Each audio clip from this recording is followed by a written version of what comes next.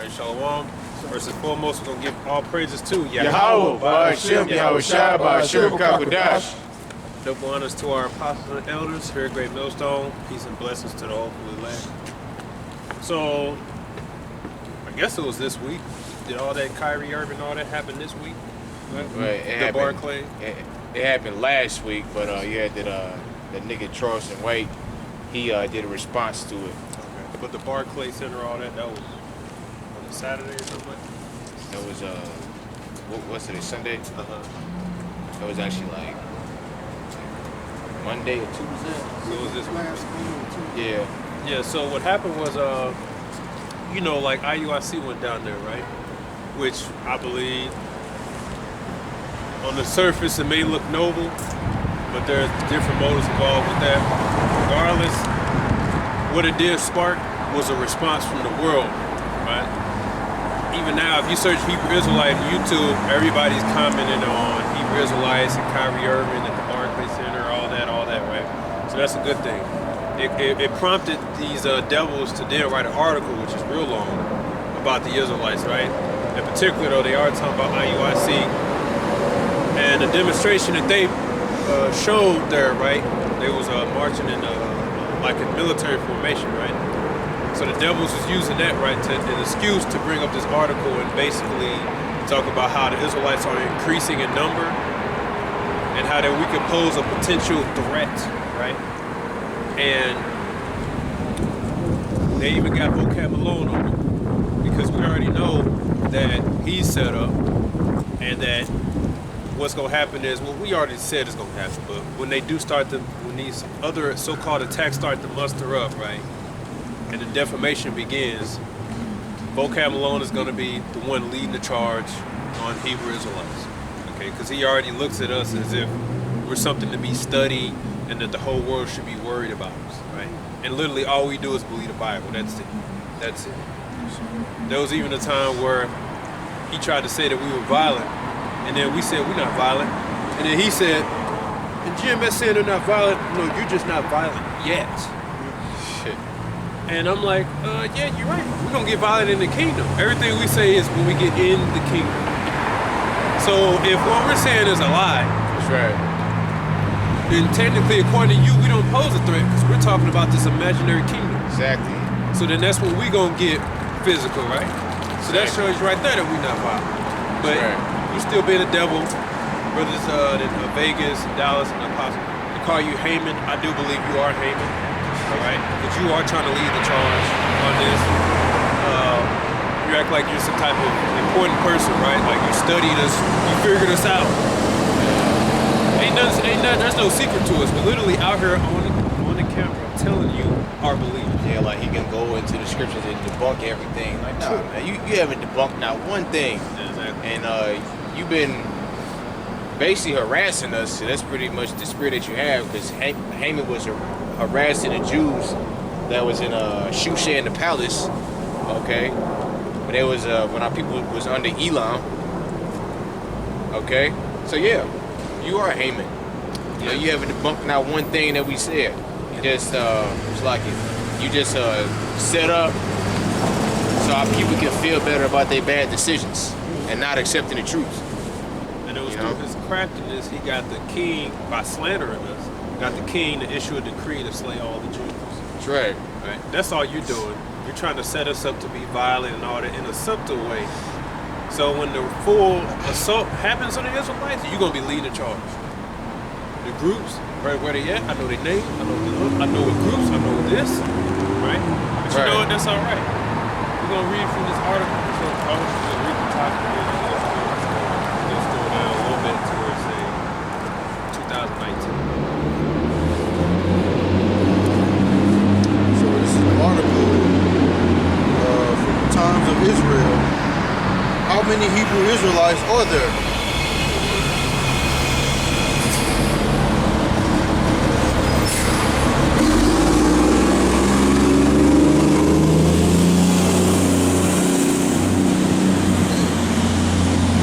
How many Hebrew Israelites are there? And how wary should Jews be? You see, how many Hebrew Israelites are there and how worried should the fakes be? what do they got to be worried about? You see, they're trying to tie it into some type of physical carnality, type of assault thing. See, the demonization already has begun, but it's really starting to manifest itself. Okay, go ahead. You should say by 2019. Okay. Skipping down a couple paragraphs. Before 2019, those American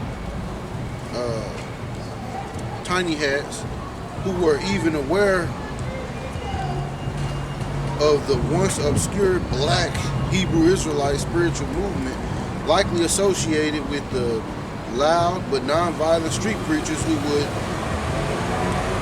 harangue pedestrians in city centers.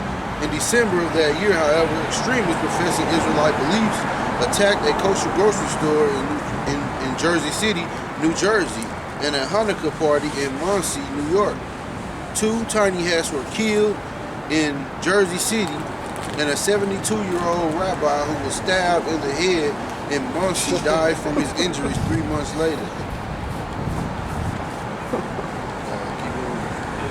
With the memory of those attacks still fresh, and against the backdrop of a surge this fall in public expression of anti-Semitism combined with threats of violence against tiny hat communities emanating from other extremist corners, the militant posturing of IUIC has alarmed many tiny hats already on edge. Right, so and notice the words they always use throughout that is extremist, terror, violent, militant. Ain't none of them brothers out there had a gun on them. They were just out there with garments on. They were in their regular clothes.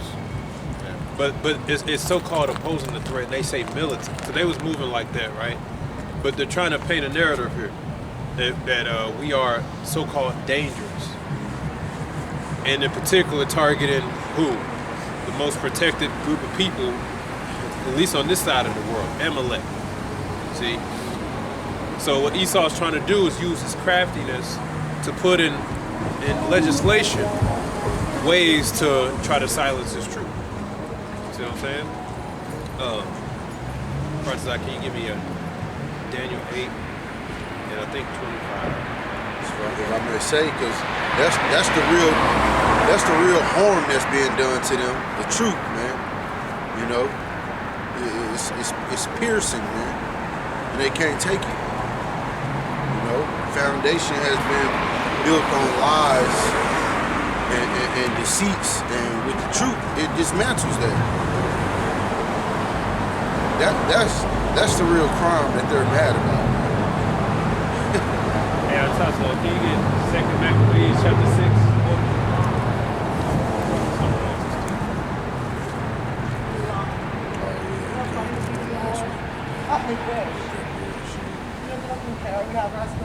Everybody just ignore him.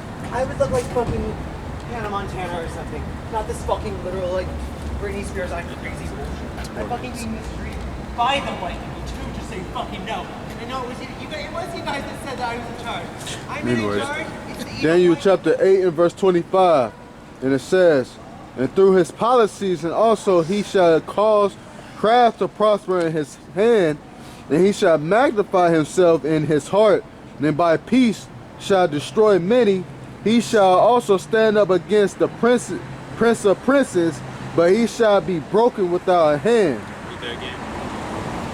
Oh, and it says, and through his policy also he shall cause craft to prosper in his hand. Right. And through his policy, he's talking about the so-called white man, particularly the Greeks, right? He said that through his policy, he shall cause many his craft to prosper, right? Now, the devil's greatest strength is his deception, his tongue. And since he's in power, he puts it in legislation. So, it's already written. In fact, I can pull that up. It was already quoted by one of the Amalekites back in the early 1900s, where he basically said that if there is any people out there who become too much of a problem, constantly label this and this and that. Shit. It's like they did. They love shit with the phone. Oh, I tried it. Yeah, Yeah, it's probably my phone. But I probably could find that. But they're just they're following their MO. You know, just like when, what's the devil name? Willie Lynch, right? The reason he wrote that in public is because he's trying to teach others. They're all trying to teach each other. You know what I'm saying? I don't know if y'all watched that part 2 of the Amalek, but the reason they put that out there is so they can teach each other how to maneuver and operate. So all they're doing is following the same plays in their playbook. The Israelites saw a problem, we know what to do. Call them militant, call them that. Look for anything that we can use to label them as potential violent people so that we can put legislation to pass, put stuff on the books to try to silence this word. Okay? You can read that for me? Second Maccabees, chapter 6, we'll start at the top. Verse 1. After this, the king sent the old man of Athens to compel the Jews to depart from the laws of their fathers and not to live after the laws of the Most High. And to pollute also the temple in Jerusalem and to call it the temple of Jupiter Olympus, and that in Garizim of Jupiter, the defendant of strangers, as they did desire that dwell in the place. The coming in of this mischief was sore and grievous to the people, for the temple was filled with the riot and reveling by the Gentiles, who dallied with harlots and had to do with women within the circuit of the holy places, and besides that brought in things that were not lawful. Verse 5, the altar also was filled with profane things which the law forbid. Neither was it lawful for a man to keep Sabbath days or ancient feasts, or to profess himself at all to be a Jew. Yeah, you see, during the Greek Empire, it was defiled so much that it was not lawful for any Israelite man to keep the holy days, even to profess yourself to be a Jew. So when they asked you that question back then, you had to say you was Greek, you was Helen, you was from Jupiter, a descendant or whatever. You couldn't say a Jew. That's the problem. You see, in history repeats itself. There's nothing new under the sun. So the devil's coming down again. And he's trying to basically label us extremists and all that. And a lot of people read that, they listen to it, so now they're like, oh, we need to be aware, right? But all it takes, because a lot of us backfire, okay? A lot of them are just looking at it and be like, man, they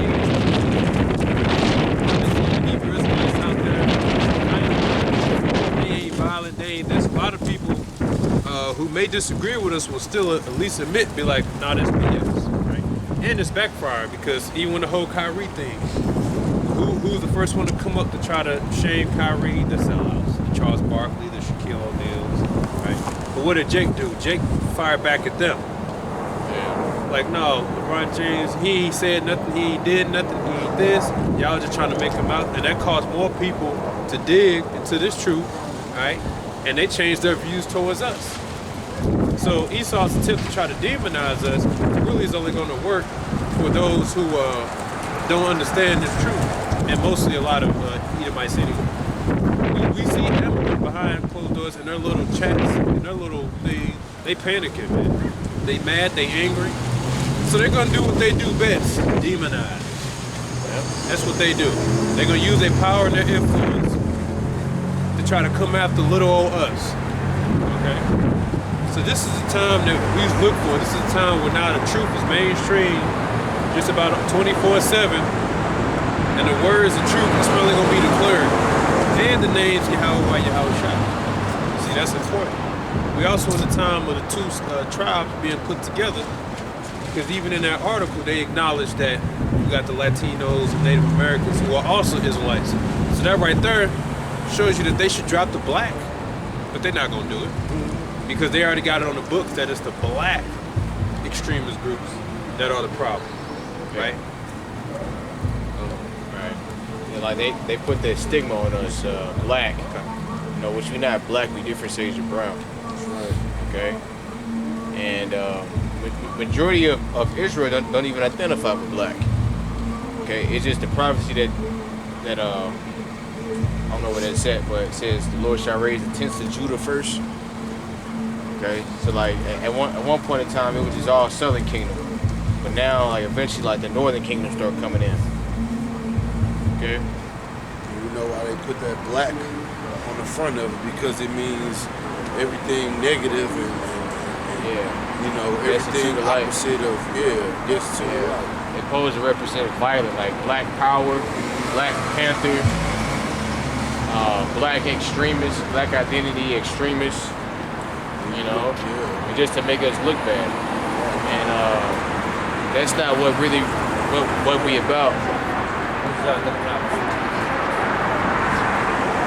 You said what? We can't hear you. Huh? Power, the dog, the Bible. It sounded like what did he say? Cow? No. Yeah. He tried to lower his voice because he was scary ass. So he couldn't hear what the hell he was saying. Oh, you got a precept. Bro.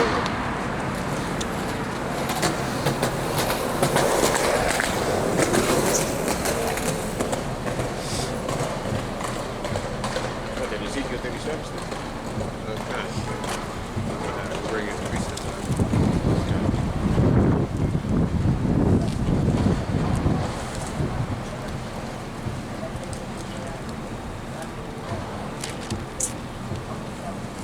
Okay, this is Second Ezra 6 and 27. For evil shall be put out, and deceit shall be quenched. As for faith, it shall flourish, corruption shall be overcome, and the truth which hath been so long without fruit shall be declared. You know, and that's what we see, man. That's what we see happening. You know, they can demonize, they can talk all the smack they want, you know, they can lie, slander, whatever, but the truth is gonna be brought out, man. And it's nothing you can do about it. You know? There's nothing you can do about it.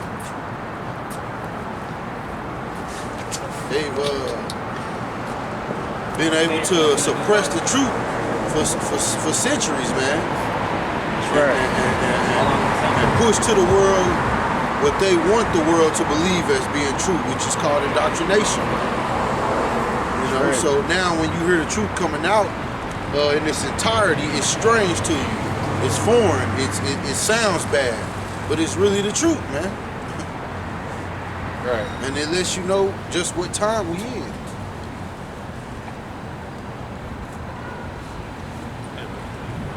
But there's a quote made by one of their old Amalekites, basically saying when a particular sector group become too troublesome, label them this, label them that, and soon it will be accepted as true, according to the eyes of society. So we're already hip to their plans, but it's actually backfiring because a lot of Israelites, even a lot of Edomites, knowing like they're not doing what you say they are doing.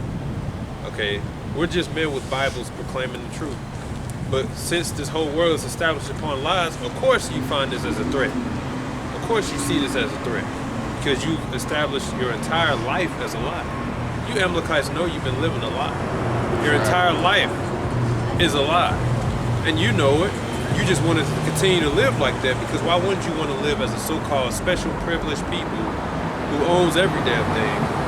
But at the same time, you're looked at as and anytime something happens, you can play the victim card. Right. I have precept, whatever. Con, If you got a precept, go ahead. Con, this is Just something 2 about Thessalonians chapter 2 and verse 3. It says,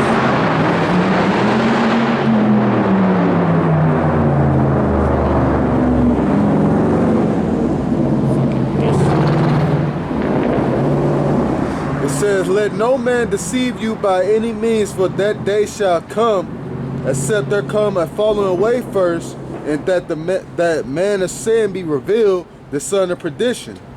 That's right, the son of perdition. perdition basically means destruction. That man is being revealed as Esau Edom, the so-called white man, without a doubt. That's right. Even now, they're pushing to stop anything regarding the truth. One of those Long Island senators just said that not using the correct pronouns on the so-called transgender is an inciting of violence. So that's what they're saying now. Basically, when you speak the truth, right, and you call someone out, oh, that's inciting violence against them. There's a soccer player in Greece, in Athens, by the way, which Athens is where the foundation of democracy, the birthplace of democracy. Because he said God created Adam and Eve. He's looking at jail time all because one trans activist so-called got death threats. What the hell that got to do with him? Oh, because he has influence, right? So he should be held accountable. So they're trying to say is that when you speak the truth, if you're not going along with the lies, you are so-called inciting violence, right? So it's trying to say, oh, you're not going to acknowledge this grown-ass man wearing a dress as she, or whatever the hell it wants to be acknowledged as, but that's inciting violence. Because if something happens to him, then it's your fault. So what they're trying to do is pass decrees to make it unlawful, really, for a man to speak the truth. Everybody has to just walk around and play pretend. Right. Yeah. And hey, that shit is childish, man. Esau's one big ass child. Meanwhile, Sarah Silverman, she ain't getting no backlash for that. She say Yeah. Is that comedian? that little yeah. Comedian Hamilton. Him Yeah. She did like the whole blackface thing. Yeah. And with her racist ass. And hey, believe it or not, like a lot of you damn like so-called racist Edomite women, a lot of them be having like fantasies of Jake and shit. And they With not their wicked ass, yeah. And they like a lot of them just mad because they can't get it. Wait, you want to read this Ezekiel? Whatever, Yeah. It's Ezekiel 30:71. Start from the top, right? yeah. And it reads, "The hand of the Lord was upon me and carried me out in the spirit of the Lord, and set me down in the midst of the valley, which was full of bones, and caused me to pass by them round about. And behold, there were very many in the open valley, and lo, they were very dry. And he said unto me, Son of man, canst these bones live? And I answered, O Lord Yahweh, thou knowest." Verse 4, again he said unto me, prophesy unto these bones, and say unto them, O ye dry bones, hear the word of the Lord. Thus saith the Lord power unto these bones, behold, I will cause breath to enter into you, and ye shall live. And I will lay sinews upon you, and will cause, it's like you, and will bring up flesh upon you. Right, and these bones represent the nation of Israel. Certain parables the Lord breaks down, like in Daniel 8. This was also one of them, and he said those valley of dry bones is talking about the house of Israel. Yeah. Now, what he's talking about is that they are spiritually dead, you could say. And that when they are dry, that means they're dry of any understanding. And that's why, no water. That's why that's why this truth is represented as water, the fountain of living waters, okay? Because I'm going to do some research and do a lesson on it. But there's benefits to basically having a home or whatever right next to some water, you know what I'm saying? In fact, Right. he gave me Psalms 1. There's benefits to it. Yeah. Yeah, like a lot of Edomites do that. They like put their house by like a lake, river, and stuff, or they even like build a lake in their backyard. Like a lot of these country, I ain't gonna say like a lake, kind of like a pond or something. yeah. Put fish in there. You know? Fine. This is Psalm chapter 1, starting at verse 1. It says, "Blessed is the man that walketh not in the counsel of the ungodly, nor standeth in the way of sinners, nor sitteth in the seat of the scornful. But his delight is the law of Yahweh, and his law doeth he meditate day and night. And he shall be like a tree planted by the rivers of water, that bringeth forth his fruit in his season, his leaf also shall not wither, and whatsoever he doeth shall prosper. That's right. And we know that's refer to people as well as far as dead trees. But you know, a tree planted near the rivers of water basically has everything it needs for sustainability and more. Because it got what it needs. But if there's a drought season, then there's a problem. That's why the Israelites refer to as dry bones, because they're dry. They laugh at us. Those two women, they laughed at us. They put us and they mock us, right? They think we're bums. What that bald head nigga say? We're trash, right? How exactly are we trash? Because we want to change the way we eat. We want to change the way we condone ourselves. You know, you okay with little niggas talking about killing one another, but an Israelite who's involved in really a church, that's a problem, right? Any woman that is dealing with them, any of their wives, they must be crazy. They must be. Man, you the one crazy. You don't know who you are. You don't know what you're supposed to be governed by. You don't even know what the Heavenly Father wants, man. So really, who the fool? It's you. You just want to be comfortable here and don't want to have any responsibility that comes with being an Israelite, man. Understanding you're an Israelite. You're a materialistic Israelite. Because you driving a car and you got a place in business or whatever. Big window, frame glasses and shit. Yeah, you think you winning. Like the brother said, you got the big ass glasses, but you can't see shit. You know, you are 100% materialistic. The spirituality at this point just goes past your head. Okay, you probably participating in voting and everything. You know what I'm saying? Keep going. You finished that. Oh, brother. You got hold that for a minute. All right, jumping down to another paragraph. The numbers. The only available statistics on Israelite identification, in the United States were collected as a part of a small national survey conducted by evangelical Christian research firm in 2019. Now, again, they're trying to number us, right? But this is how Esau does this. This is how Esau operates. When he identifies a so-called threat, what he does, right? He tries to do a survey and try to number. That's how Esau operates. He's a tactical war guy. First, he wants the numbers, right? Then he goes about how to deal with the potential threat, right? Go ahead.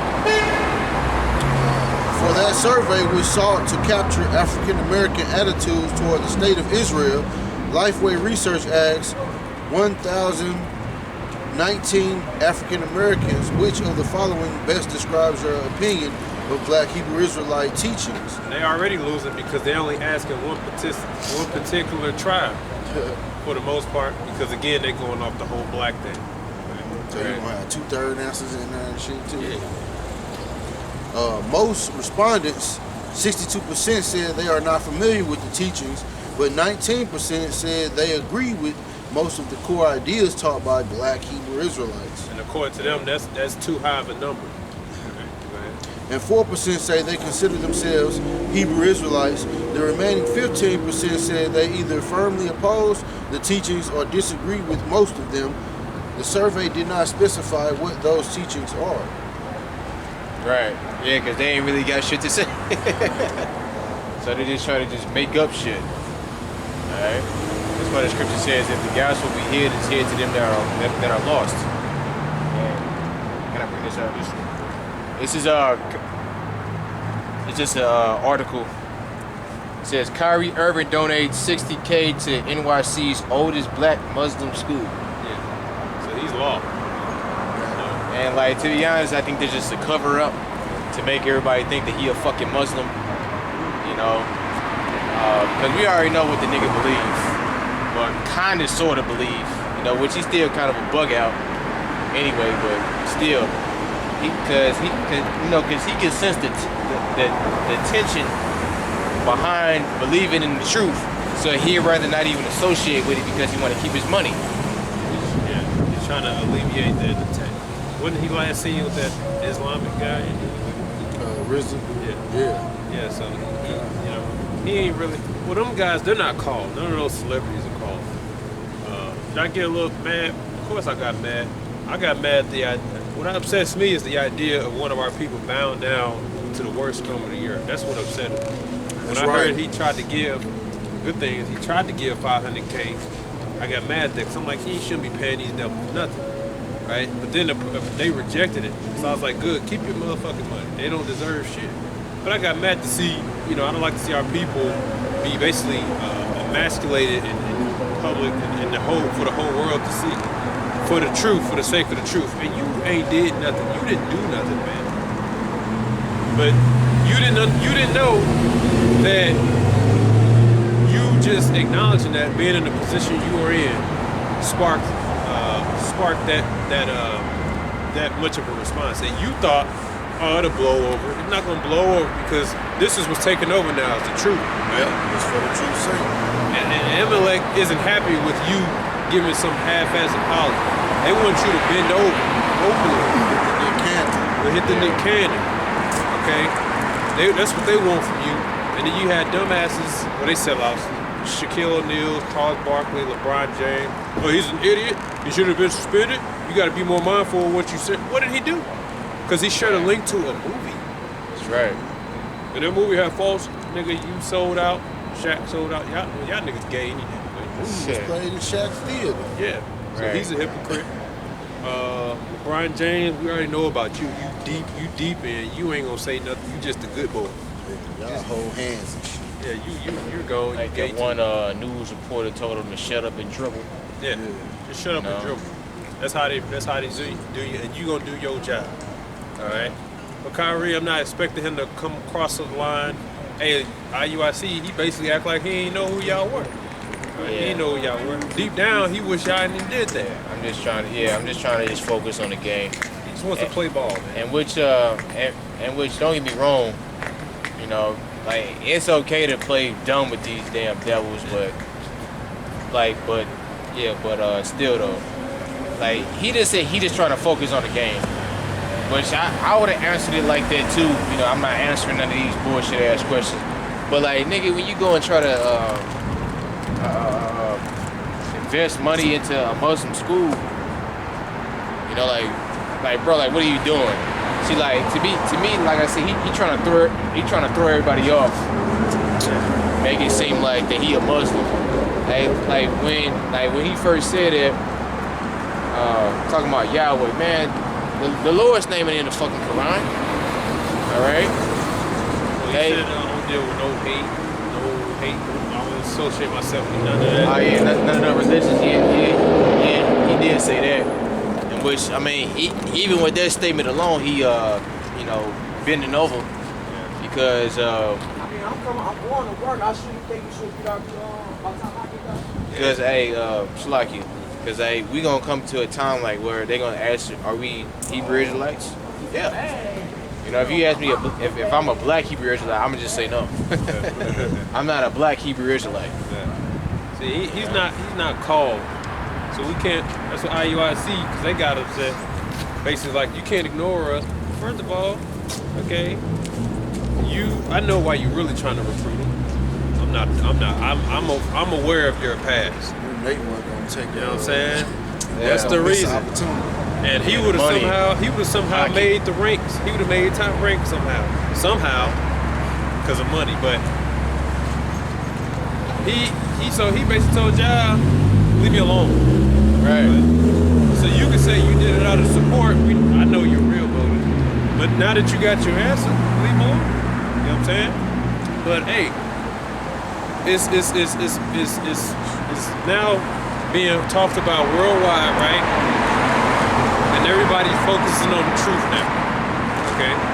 Everybody's focusing on the truth. Read that next paragraph. Because even in this paragraph, you're gonna see they acknowledge all the tribes, not just black. Okay? So this right here is letting you know that they starting to take us seriously now. Right? You got a preset? I got a quick one. I bring this all the time. good.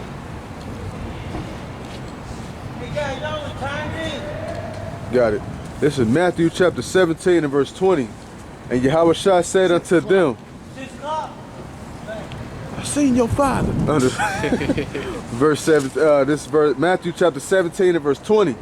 And Yahweh Shai said unto them, because of your unbelief, for verily I say unto you, if you have a faith as the grain of a mustard seed, ye shall say unto this mountain, remove hence to yonder place, and it shall remove, and nothing shall be impossible to you. Now, my brother had brought this out, and you know, it still plays in my mind.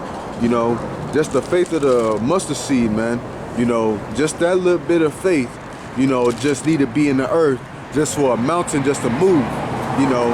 And you know, spiritually, a mountain supposed to represent a government, you know. And whose mountain being ruled right now? Esau Edom's, man. You know, he's now he's touched now, man.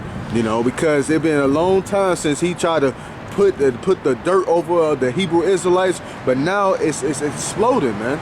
You know, you can't capsize a geyser, man. You know, it's just eventually going to erupt, man. You know, so now the whole world is finding out your wickedness. The whole world is seeing who the true people are now. And hey, like as Isaiah 47 say, you know, your nakedness shall be uncovered, man. You know, so hey, that was being exposed, man. That's why you getting backed into a corner, and that's why the scriptures say the devil know he have a short time, man, because he had an end now. That's right. If I can say real quick to all these naysayers and mockers like Charleston Whites and people of that mindset, that's what the prophet's lot is, man, to bring down the stronghold spiritually, man. We ain't out here to get cornered, man. The Lord is gonna lead the charge on that, man. What the Lord say, wait upon me to raise up to the prey. You know, not you niggas, man, because you niggas don't even have a right mindset to go do that, man. He smacked the white woman in 5th grade, and now he just fucking tough and shit. I got one too. This is 2 Corinthians 13:8. It reads, for we can do nothing against the truth, but for the truth. What's funny about that is that everything these Amalekites do, if they think they can quash it, it just leads more people to it. You know, to discover themselves and figure out what's going on with this Hebrew Israelite thing. I never heard of this before. Let me look into it. You know, so even in that, for as much as they try to ask more questions, try to put Kyrie on the spot, they just pour gas on the fire. Is what they do. You know? Adding more wood to the fire, making them seeding great fire, man. They the stubborn. You know, That's 'cause they think they can outsmart the Heavenly Father. They're like, I know how to. No. Yeah. They're like, I know how to put an end to this. This is how we're gonna put an end to this, and it's just backfiring on you. Truly, and all the coons, they all getting exposed. That's why even Shaq. Hey, you You too. too. That's why even Shaq apologized, because him trying to play that role of a bootlick got some of his fans like, hey bro, you shouldn't have said that, man. Why you know he ain't. So then even he apologized. Barkley, that nigga just fucking gone. Okay. That nigga just full-fledged in, don't give a damn, you know. full on coon, man. Yeah, so a lot of them are still gonna be for the society, but some are really asking questions, and a lot of them are starting to listen. Hey, when the apostles was on the scene, the Acts, they were stirring up so much trouble just by teaching. The authorities and the people in charge, especially the wicked scribes, hey man, we gotta do something about this, right? And all it did, even though they beat them, they slew some of them like Stephen, the word still just kept spreading, still just kept, the Holy Spirit was still abound, doing the job, man. Just real quick, like this is 1 Esdras 4, and I'm gonna start at 38. As for the truth, it endureth and is always strong, and it liveth and conquereth forevermore.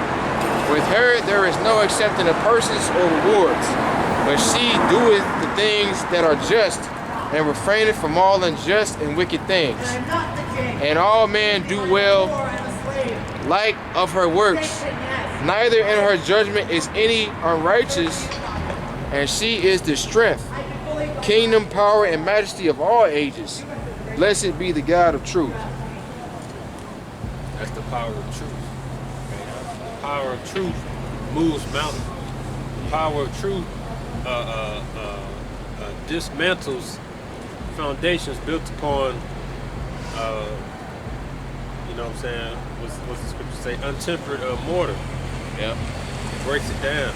It tries it. Yeah. You know, you Edomites have never been on this level of scrutiny before, especially you Amalekites. Right. Because if you was to ask them, okay, so what's noticing that they don't even talk about our basis, what we teach. They're just talking about us in numbers and the threat that we may potentially pose. What about what we teach? What about what we're saying? What about the Bible verses? What about the history?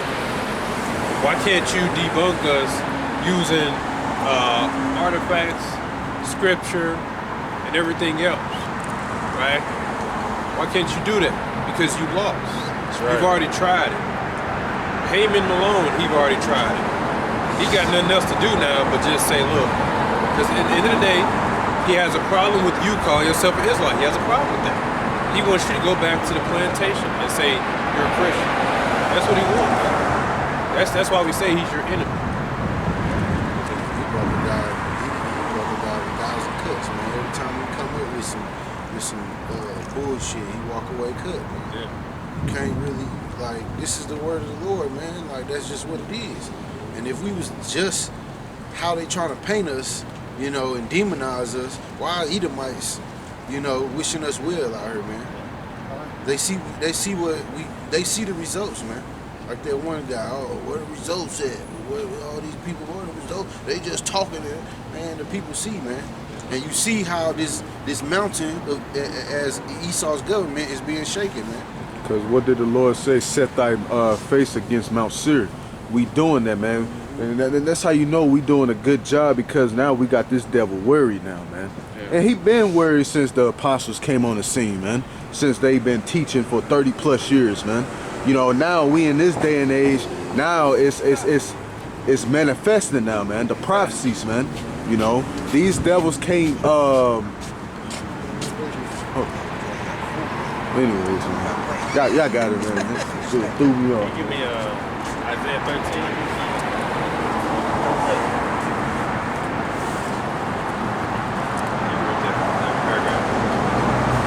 Jumping down another paragraph, the 2020 U.S. Census put the black population at 41.1 million. So extrapolating from the Lifeway data, there are approximately 1.6 million Hebrew Israelites in the U.S., not counting the small numbers of Latinos and Native Americans who also belong to the Israelite groups, and 7.8 million people who may not identify as Israelites but who agree with the spiritual movement's main teachings. And a lot of them are probably foreigners. They probably ain't counting them because they Filipino or because they look like they're Europeans, right? But they acknowledge the Latino, Native American, right? So it shows you that we are the Israelites. That shows you the validity of this sign here. You got a lot of Israelites that got a problem with the sign. Well, put it this way, if we figured out we was lying, wouldn't the Spirit eventually draw in the true Israelites? And guess who they happen to be? So-called Negro, Latino, Native Americans. Yes, you got them scattered, but let's say Ephraim was really the Philippines. Wouldn't they all be spiritual? Just, you know, the Spirit would make itself manifest. This is how we know we got the truth. Right. So you got a lot of guys out there that got a problem with our teachers' teachers. Like Abba Bivens, King Mashah, who came up with the sign, right? They want to try to debunk the sign. But look who's all coming in this truth, though. That's how you know who, bro, just look at Chicago. They got all the tribes in there. If they weren't Israelites, would they be able to hold posts and through the Spirit break down the scriptures? Right. This is how we know the Lord is dealing with us, and how the Lord is dealing with the Great Millstone and their teachers, you know? But you got Jakes that's trying to debunk the teacher's teacher. But look at the proof. They just acknowledge what we've been saying who the Israelites are. Fruits of the labor. You got Zeke 37. Continue on that. Oh, you got that 13 one? And you you know that they know because when the whole roll your sleeve thing was going on, who was they pushing that to? Exactly. You know, the Native Americans, Latinos, and and so-called Negroes. You know? They all said. Yeah. I just had a quick one. Okay. It's Leviticus 24:10. And the son of an Israelitish woman, whose father was an Egyptian, went out among the children of Israel. And did I call out the verse? Leviticus 24:10. Anyway, it says, and his son, and this son of the Israelitish woman and a man of Israel strode together in the camp. And the Israelitish woman's son blasphemed the name of the Lord and cursed. And they brought him unto Moses, and his mother's name was Shelamith, the daughter of Dimbri of the tribe of Dan. And they put him inward, that the mind of the Lord might be showed them. And the Lord spake unto Moses, saying, bring him forth, him that have cursed without the camp, and let all that heard him lay their hands upon his head, and let all the congregation stone him. Alright, so like I was saying, so this dude was actually a terror. Okay? He was a Hamite because the spirit goes through the seed of the father. Okay, so if the northern kingdom wasn't really Israelites, then they wouldn't be able to stand on the streets and prophesy and accept the doctrine. Okay? Because all these heathens blaspheme our God. Okay? That's right. And you could just the name they what they name themselves. That's right. Jesus, Jose, you know what I'm saying? Angelo, which is angel. Yeah. Everything's going to scripture. Michelangelo. Michelangelo. Mary is a very popular name. You can meet one family of Israelites and just about all of them named Mary. That's right. They go back to the name of the scriptures. That's right. Why is that? Because that's who they come from. They eat the unleavened bread, man. Their whole diet damn near is unleavened bread, man. Yep. It's the spirit. You see? And now the Lord is raising us up.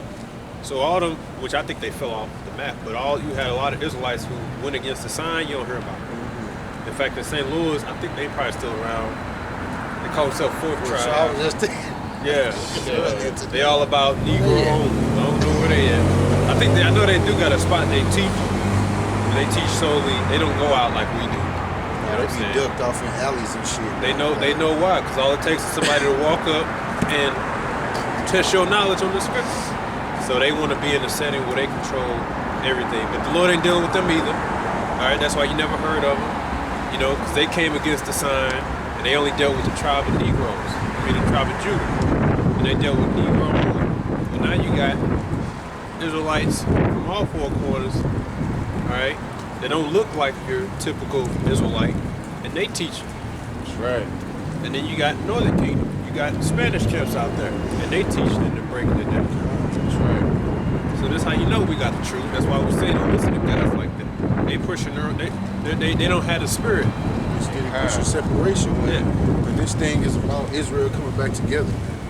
That's right. You know? That's the spirit. I was just thinking about them dudes this morning. Man. Like, where the hell they been at? On the internet. Nowhere That's to how be they do it. found. They just on the internet selling, teaching their little congregation and selling merchandise. Yeah, and smoking weed, man. Because, hey, you Fourth Tribe dudes, man, you smoke weed. You know, I seen one of them in the skating rink. We not encountered too long ago. You know, like, and I'm like, don't be wrong, like, with y'all cool and all that. Like, I ain't got no personal problem with y'all. But it's just a doctrine, like as an Israelite, you're not supposed to be smoking. Okay, you destroying y'all temples. Smoking during sit downs and shit. Yeah. We've encountered a few of them. They didn't say, but we know where they was from. And that was one of the main issues they had, the whole smoking thing. But our issue is with the doctrine of tribe. Okay. The last public speech, you would catch them about 7 to 8 years ago. And their whole thing was about the tribe. They're not the true prophets. Okay? They don't got the true understanding of Ezekiel 37. And hey, if one thing is wrong with your doctrine, your whole doctrine is pretty much tainted. Okay. That's right, because like even then, like IUIC talking about they keep the laws, but you got dudes with dreads in the congregation. You got dudes with lines. Like did you not read Leviticus 19 and 27? thou shalt not mark the corner of thy heads. What does that scripture mean, bro? Okay. Like even then, I seen House of Israel when they went off on, I think they went into Romans the 11th chapter, and like basically like salvation has come to the Gentiles, which is talking about the other, not the other nations, but the Israelites, like the scattered Israelite foreigners. So that means what? That means, nigga, you still think Cornelius is an Edomite, okay? And like, then what's the purpose? Then what's the point of going out to the streets and cussing out the white man?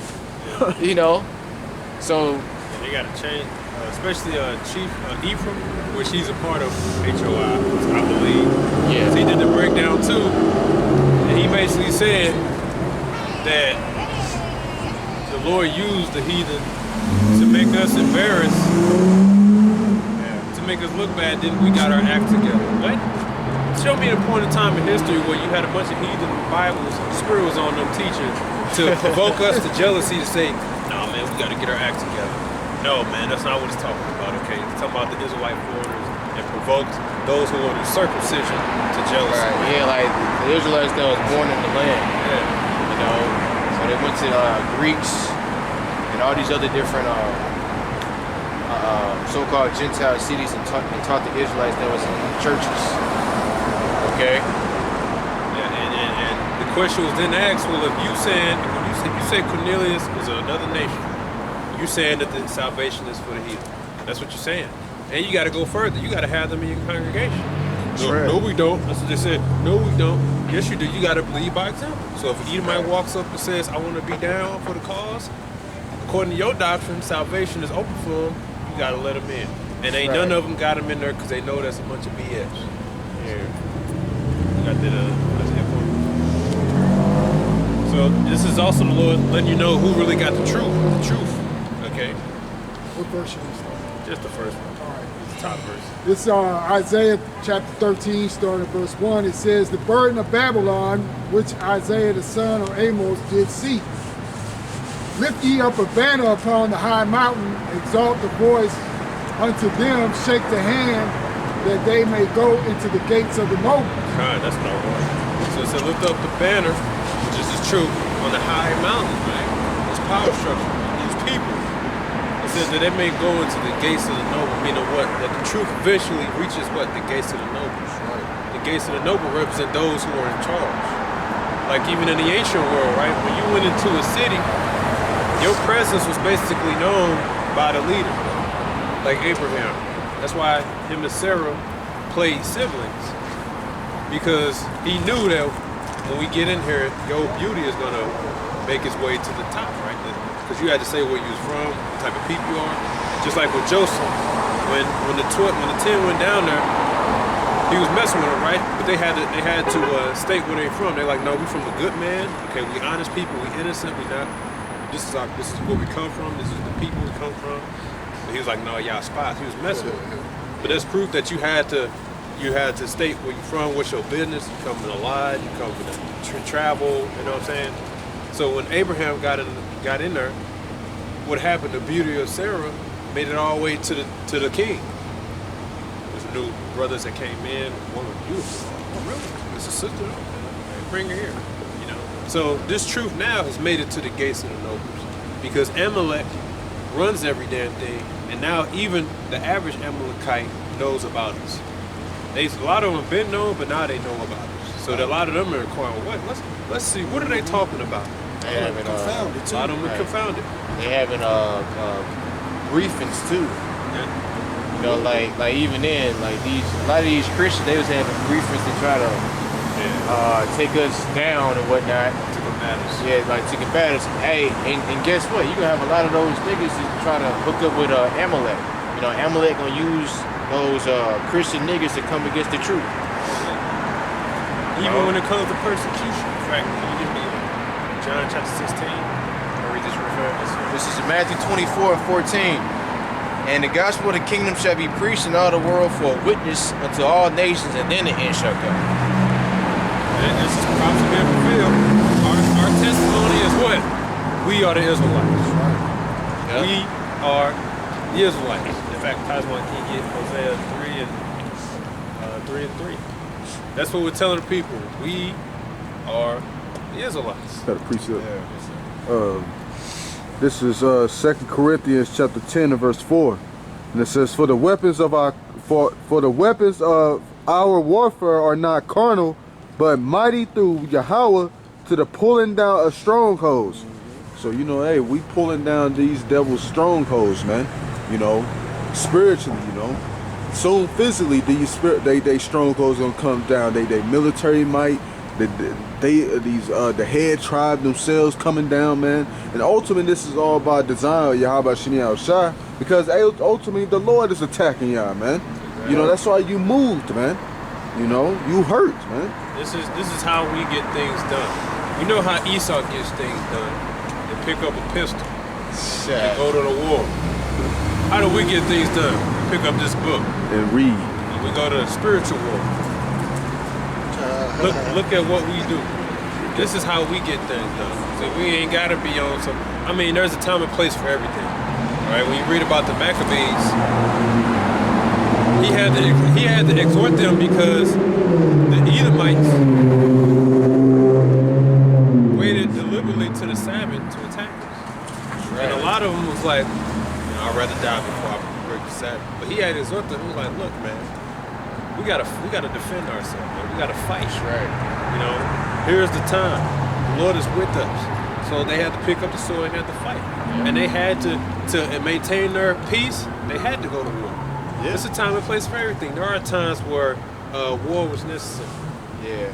And we waited till the Spirit revealed. Right now, the Lord said, just do this job. Right. Just do this job.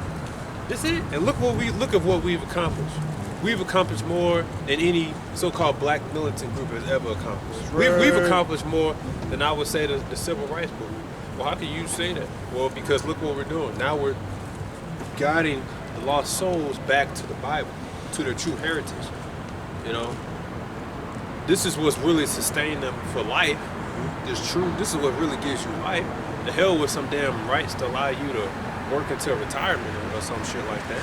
Which they can change at any moment. Yeah, the right to be interviewed. You know what I'm saying? Okay, they don't just throw your interview. They don't just throw your application out the window. They at least bring you in, interview, and just send you to. We decide to go with somebody else. A little note by your name. Yeah. Congratulations. That's what you've earned. We've accomplished more than that. Starting with the apostles and elders, the great millstone, and their teachers. Yeah. 1 Corinthians 6 and 12. All things are lawful unto me, but all things are not expedient. Yeah. Meaning what? All things are lawful, but not all things are expedient. Because we got to be circumspect. Right. And So- like, go ahead. No, go ahead. And yeah, like the brother mentioned in the book of Maccabees, like when those Greeks came to our brothers that was practicing the laws, you know, and killed them. Cause hey, look, Esau is not a man of honor. Okay, he is not a man of integrity. You know, and it showed through his forefather. He sold his birthright for a damn unkindling, uncooked piece of meat. Okay, so yeah, Judas Maccabees, we just gonna have to just fight. You know, the Lord is with us. You know, so right, like you can't be over righteous or stupid. You know, you gotta actually use your head. Yep. You know, Why should it be not over righteous, mother? Why shouldst thou destroy thyself? that's right. You 'Cause, know, hey, like you shouldn't be at work arguing with Edomites. Man, look, let them say they love racist stereotypes. Look, who the fuck cares? They going into slavery anyway. That's another thing the chosen white Brett Williams was saying. They ain't at their job saying it. They ain't at their job saying that he would. Nigga, shut up, man. Shit, like why would you do that? Why would you do that anyway? What is it? What is that proving? See, that's how you know he's an agent, man. You know, he could say all these things, and I'm down. We doing this, and let one of the camps say that. They gon' come and they gonna prosecute, man. So, you know, hey, My supervisor asked me, I'm like, what's that? What's that? I heard about them. I don't know much about them. I heard about them. you think I won? You think I won? See, I'm just playing this smart. like when Kyrie was on that interview board, right? Like he said, like we're just trying to focus on the game or whatever. That's right. He could have just said, look, we're here to talk about the game. Right. But he basically was like, I don't know, about the IUIC, nothing like that. It was kind of like a diss, right? And he's like, I don't know. So that's really on IUIC. That's how they receive it. But it could be looked at as like, oh man, he just shit on you. You know what I'm saying? Right. But really, he could have just said like, we here to play the game. Man. He could be wise. But I think it was shown that he really just like, look, I don't want nothing to do with that. I'm trying to appease people. But hey, like I said, he's not called, so I'm not expecting. Yeah, like that's like a lot of pressure, man. Kyrie, like y'all coming on too strong, you know. I ain't ready for that. And they just want that money. You know what they're gonna hit them with. You was willing to give $500,000 to the Jews, but you can't give $500,000 to us. I mean, to Israelite causes. Families.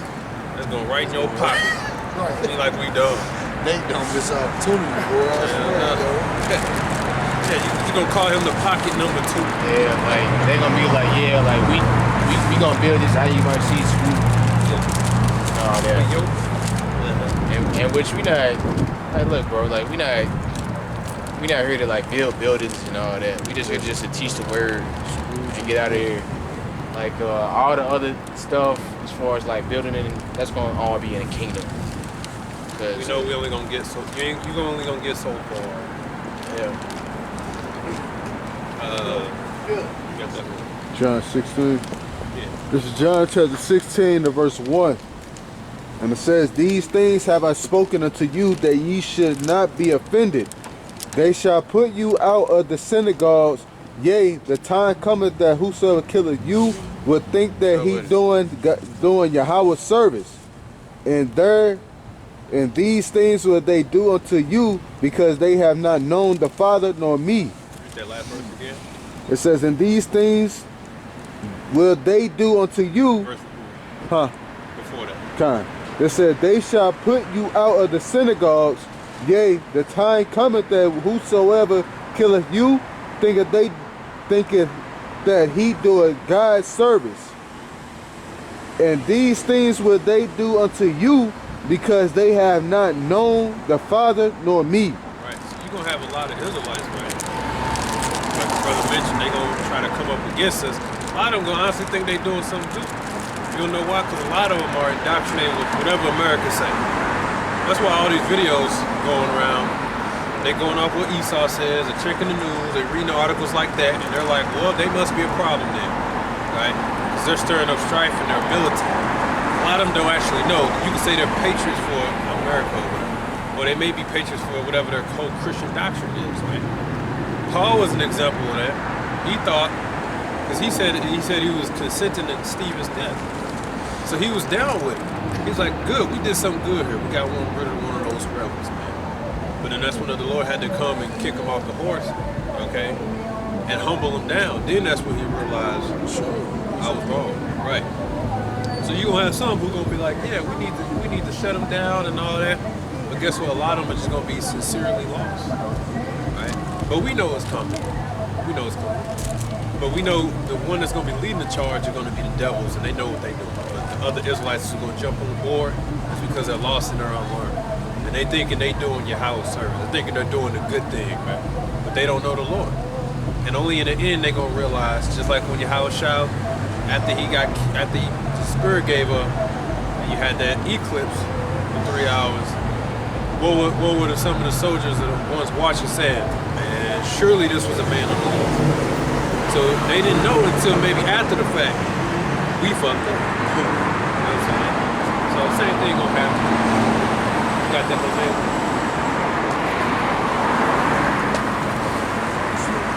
This is the book of Hosea, chapter 3, verse 3, and it reads, I said unto her, thou shalt abide for me many days, thou shalt not play the harlot, thou shalt not be for another man, so will I also be for thee. For the children of Israel shall abide many days without a king, and without a prince, and without a sacrifice, and without an image, and without an ephod, and without teraphim. Afterwards shall the children of Israel return and seek the Lord Yahweh their power, and David their king, and shall fear the Lord Yahweh and his goodness in the latter days. And that's happening right now. That's our message. So we're here to tell you that we are the Israelites, we're God's chosen people according to the Bible. That's what we're here to tell you. That's right. That's our main message. And then we'll tell you about the prophecy and the Lord gonna be destroyed because of what you did to the Lord's people. Because you persecuted his people. That's why this place is really gonna be destroyed. And on top of that, you're breaking all the laws. You know, you such and such. But we really here to tell you that we are the Israelites. That's what we are. The so-called Negroes, Latinos, Native Americans today are the biblical Israelites. Today. That's right. And in particular, the tribe of Judah belongs to those people today are what you call Negroes. And if they say, well, how do you know that? One, by the scriptures, by faith, by the Spirit as well, and because we've done the research.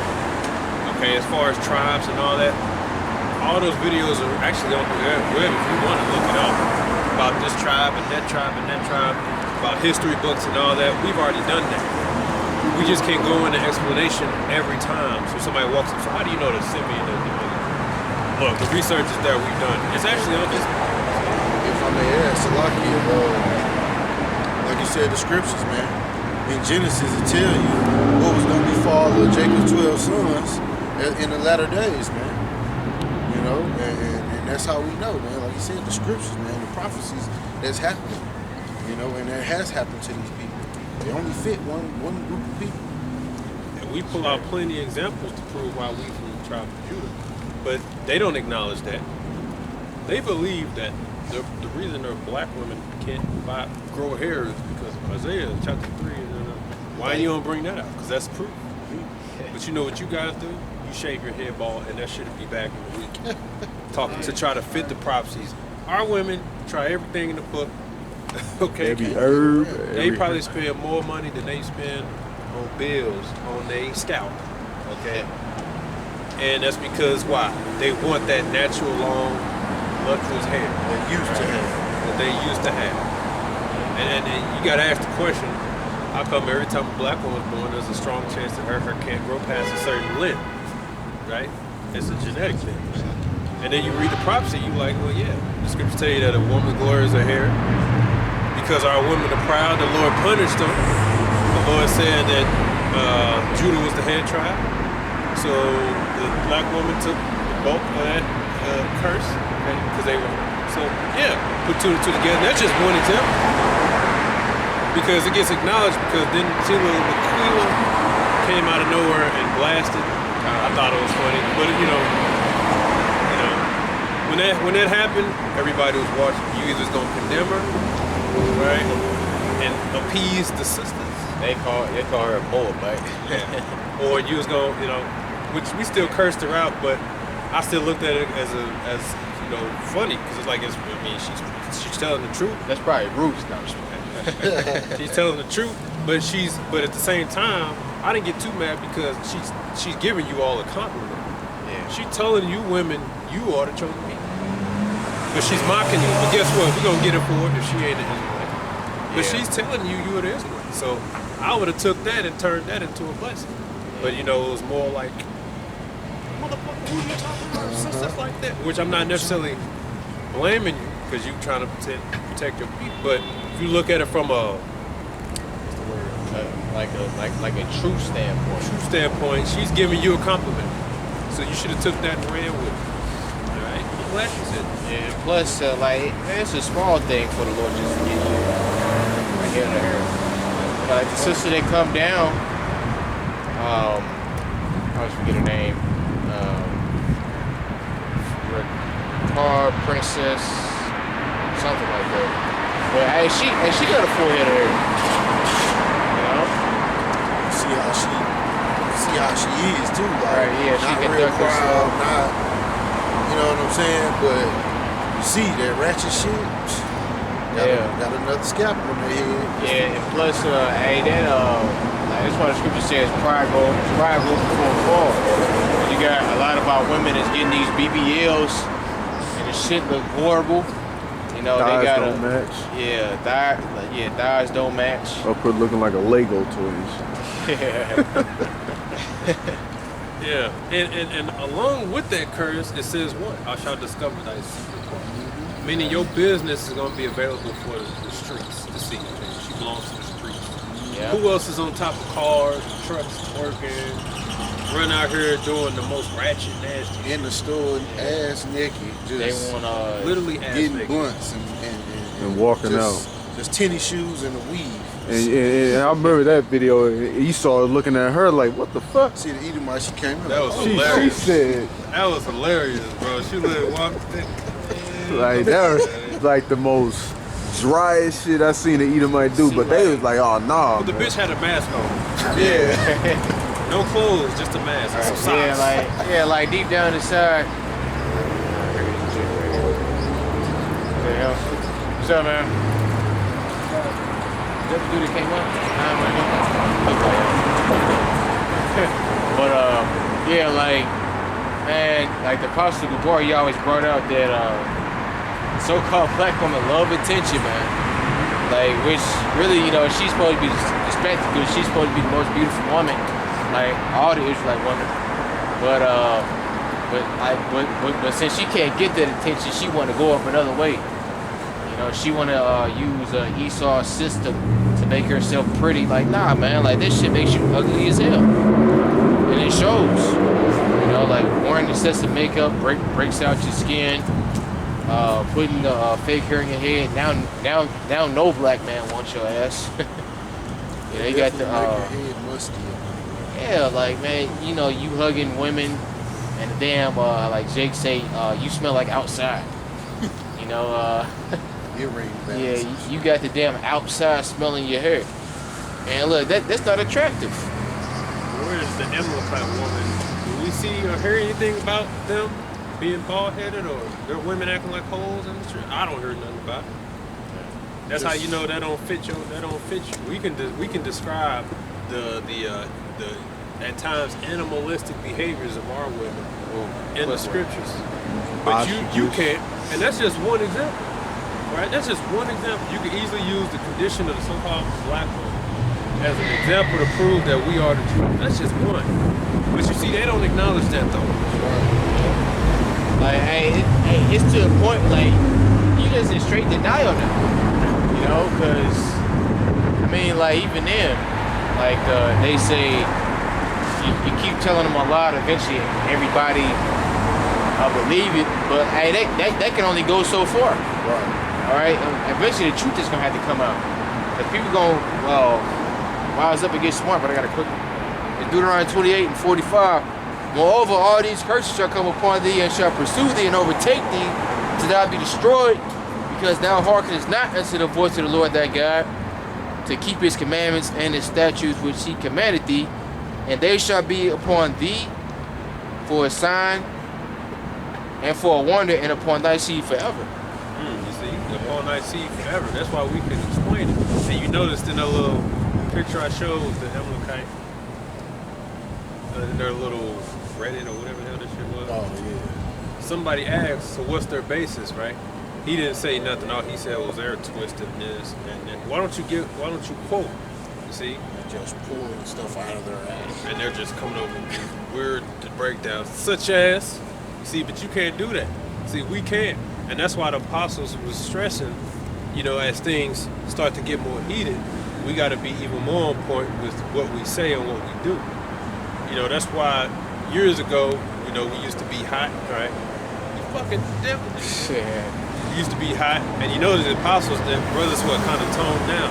I'm not saying we still can't curse them out because it's still fuck you, but we being more circumspect now, and we making sure that everything we say is strictly out the scriptures. That's why the apostle say like what he say, he's like no ad hominem attacks, right? Because when the devil's coming, like we talking about like towards Israelites and stuff like that. Because what the devil's doing, especially vocab, he's fishing and looking for anything he can grasp onto and to try to make it. That's what they're doing here in that article. So as long as we have our defenses according to the scriptures, we good. What makes you believe you Israelites? Let's go to the Bible. Let's go to the curses. And you know one of the main curses they constantly trying to debunk is verse 68. You know what I'm saying? Because they know that without a doubt, that completely proves who the Israelites are. Right? So much that if you look at, if you just Google yoke of iron, no black slavery, nothing like that, come up as what? Israelites in slavery. Yoke of iron. When have you devils have ever had the yoke of iron upon your necks? It never happened. That's right. See, we don't have to manipulate and shape-shift history to make this verse seem like it applies to us. It's just evident, man. Yeah, like Jake said in the world, yeah, make that make sense. hey, man, it's well, the truth is making sense. The lies ain't making sense no more. Truth always add up. It's math. Now that's why the scriptures talk. Hey, it says stand with thy enchantments. You know, and guess what? That shit gonna fail because it's all fake. Okay. And hey, what the scriptures say, no enchantment should prosper against Jacob. That's right. You know. But point that I had, it's a precept that I got. So I did a lesson earlier, you know, basically entitled that we are literally witnessing the fall of our enemy, you know. And this is Sirach chapter 25 and verse 2. It says, 3 sorts of men my soul hateth. I am greatly offended in their life. Oh, no, that's not what I want. That's not what I want. 7. It said, there be 9 things which I have judged in my heart to be happy. And the 10th I will utter with my tongue. A man that had joy of his children, and he that liveth to see the fall of his enemy. You know, so hey, we are in an age where we are seeing the fall of our enemy. Number 1 enemy being Esau Edom, man. Right. You know, the head tribe is falling, you know, and literally the house of Esau is being broken down, man. You know, because these devils are at odds with one another. What did Yahushua say? Hey, if a house be divided against itself, it shall not stand, man. The house of Esau is through, man. It is finished, man. It's cracked, man. The stone, Yahushua is coming soon to dismantle and decimate y'all soon, man. You know, that's all I got. I had another one up my head, man. Well, I was going to have to read a little more on that, and then I was finished at Ezekiel 37. Yeah, I had that too. That Ezekiel 37, man. It's starting to hit hard now, man. I know for sure I want you to read the last one.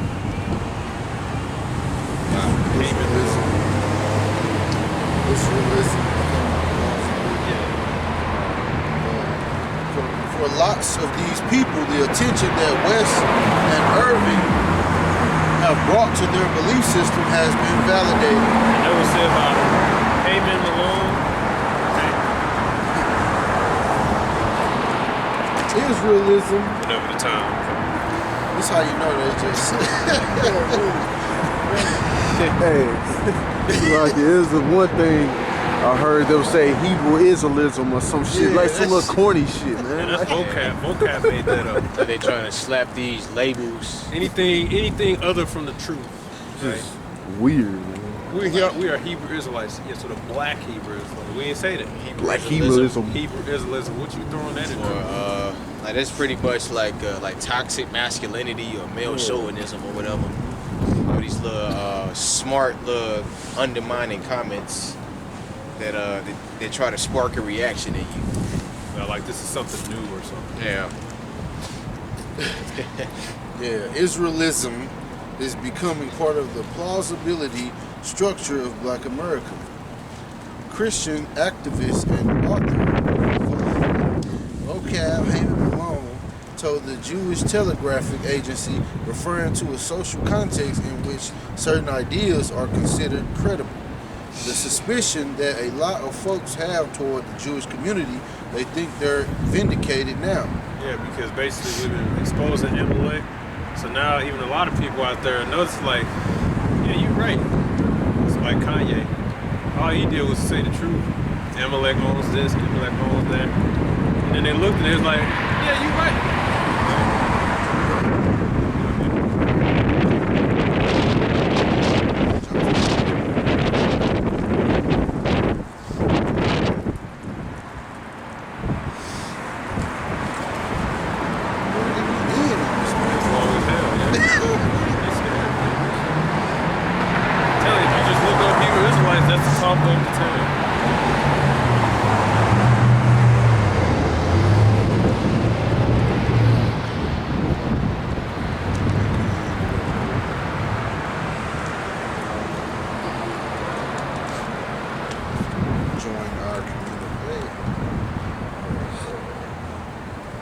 Or at the last paragraph of it.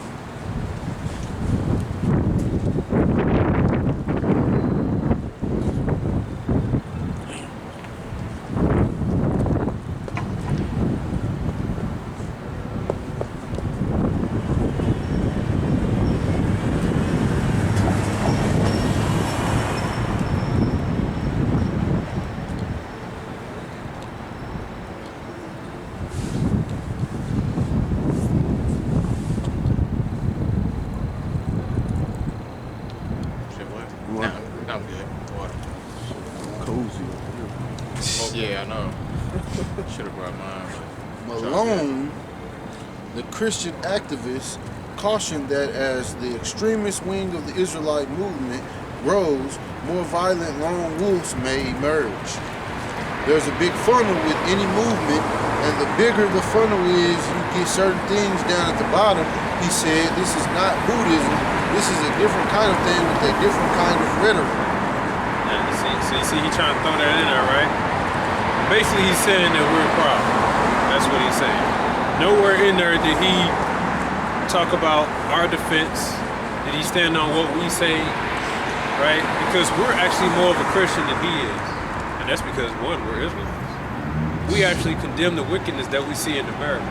He won't do a single video about the sodomy in America, about the Catholic priests, about the pedophilia. Because he was asked that.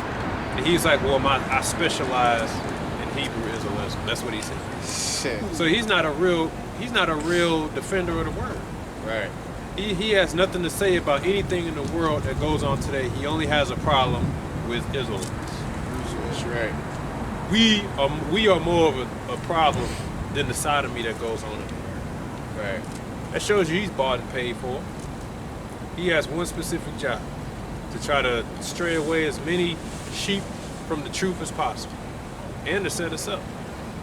See? So he's not a real Christian. He didn't go on there and say, well, listen, I've met with some, they're not like that.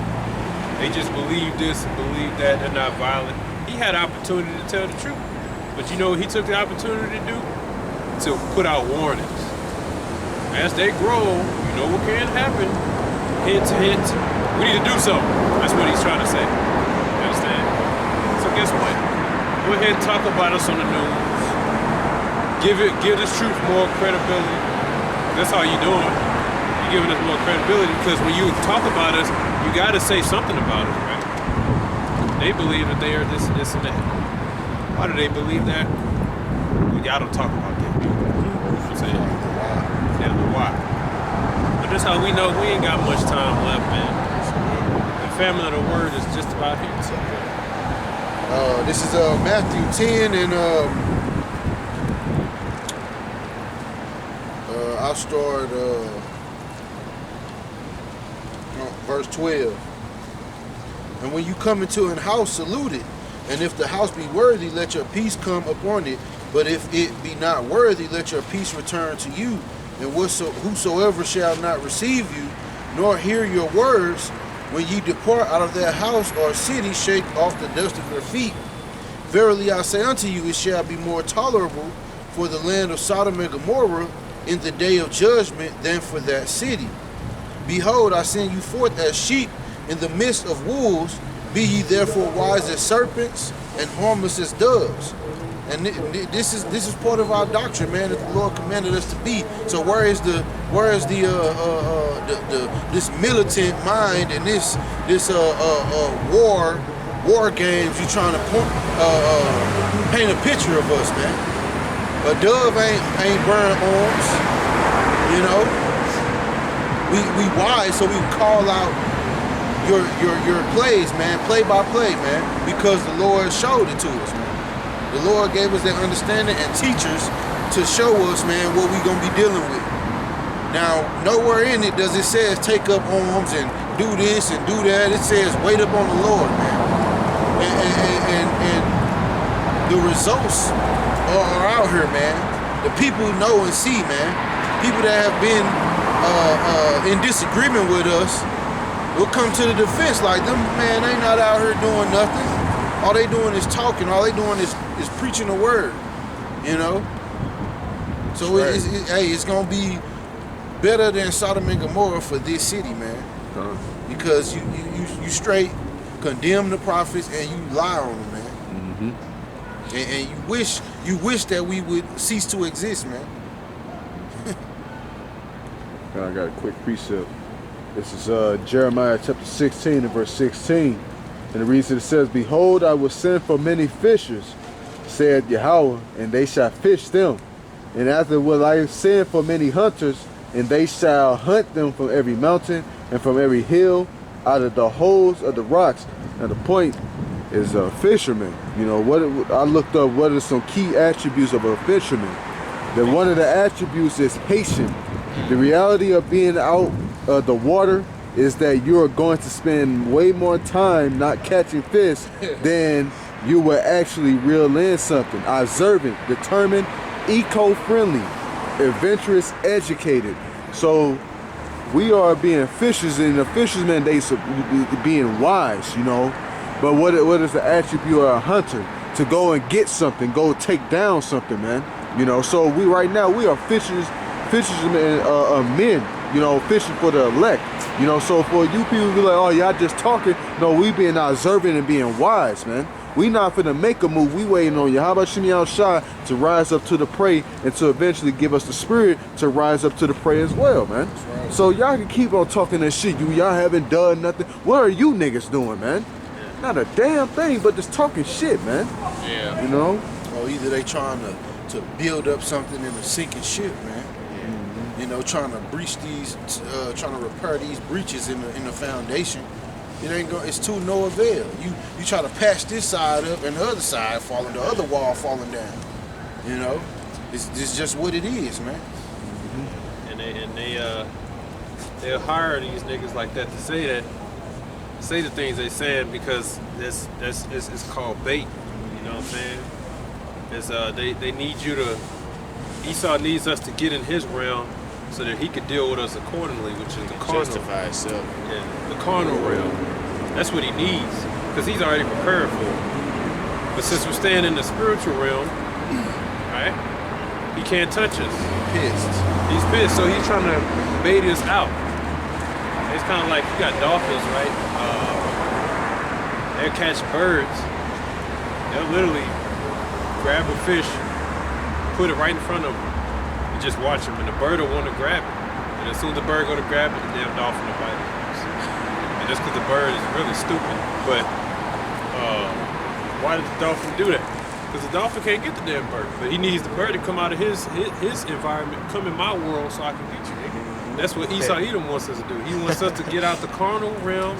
I mean, it's like the spiritual realm, go into the carnal realm so that he could be like, look, all right, take him down.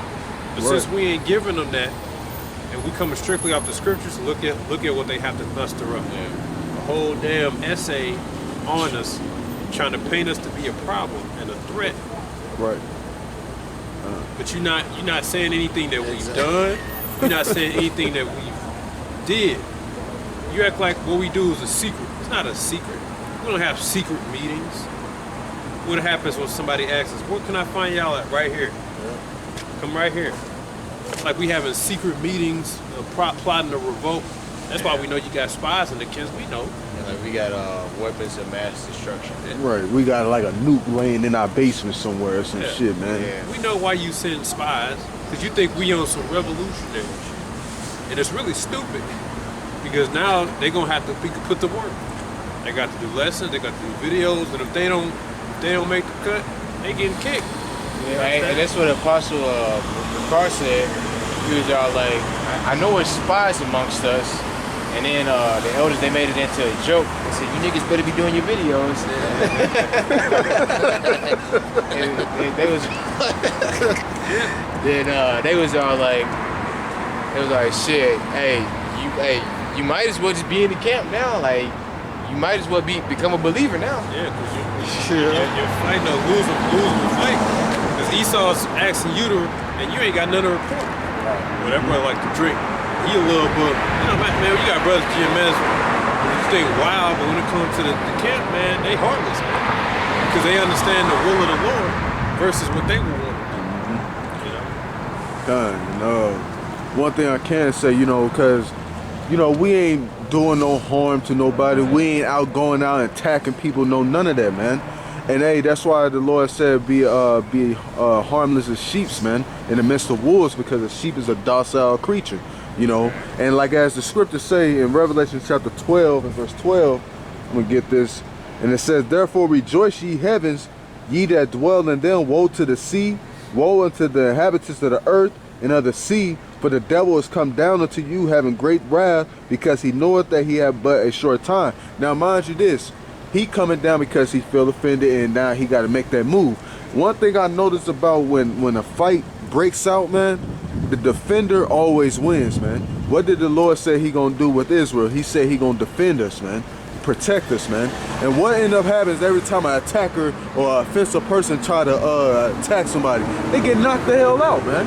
You Way know? more vulnerable on the offense, on the attack, man. Exactly, because one thing my coach told me when I was playing football, he told me defense always wins games, man. Because if you got a good ass offense, you know, and your defense shitty, you gonna lose the game. But if your defense is good, you gonna win the game. So hey, when the Lord protecting us, defending us, we gonna win anyway, man. We got the victory, you know, because we are a defender as we speak, man. You know? This is St. John 18:10, and it reads, then Simon Peter, having a sword, drew it and smote the high priest's servant and cut off his right ear. And the servant's name was Malchus. Then said Yahushua unto Peter, put up thy sword into the sheath. The cup which my Father hath given me, shall I not drink it? All right.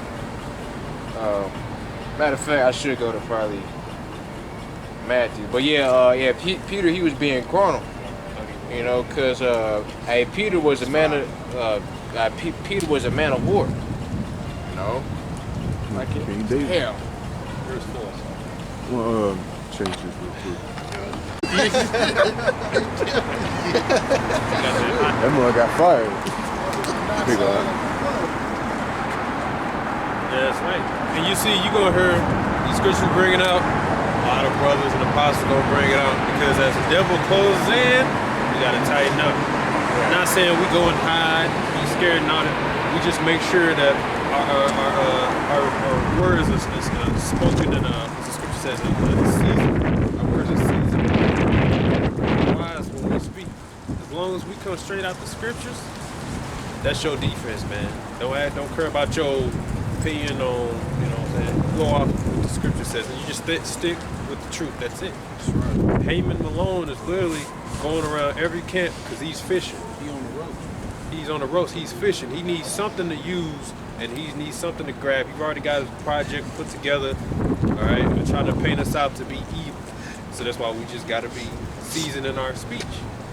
That's you know, he comes up and tempts us, and as much as we want to say, look, man, we're gonna do this, we're gonna do that to you. The time gonna come, just to keep it all in the scriptures, man.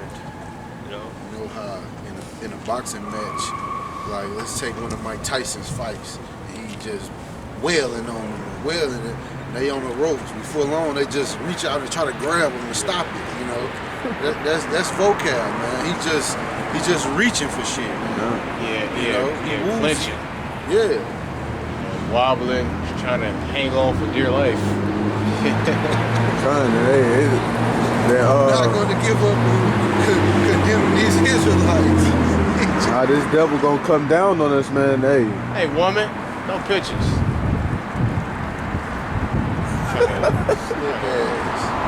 That be a curse too. Nah, that was think Ishmael. They gonna go back home. Like, see, I was with them. can't see him. Cheek back there. God, I just want to bring this up. It's Matthew 26:50. And Yahushua said unto him, friend, wherefore art thou come?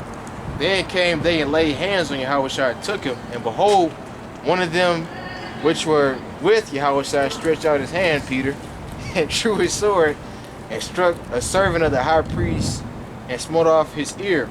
Then Yahushua said unto him, put up again thy sword into his place, for all they that take the sword shall perish with the sword. All right, and like I said, just laying bragging off with the brother.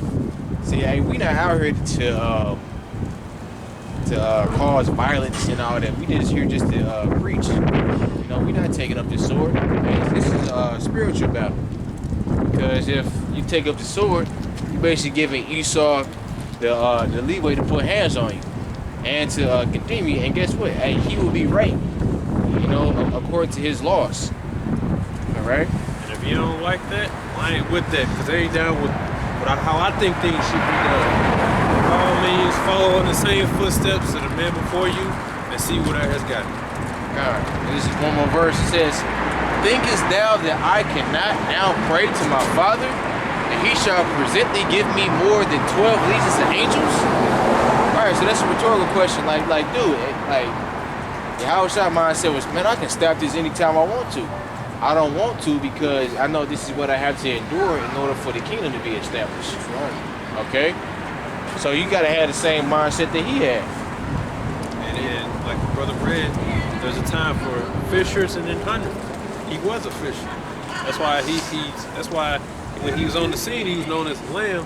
He's coming back as a lion. That's right. Yeah. Now he's gonna fight. Because it's his time, man. He gonna get first dibs on these devils. But don't be upset, Israel. He gonna give us that power too, to whom he wishes. And that same energy and that power is gonna be with us. We gonna also get a piece of these people too. But Yahushua gets the first dibs. You gotta let him lead the charge. And he had full patience too.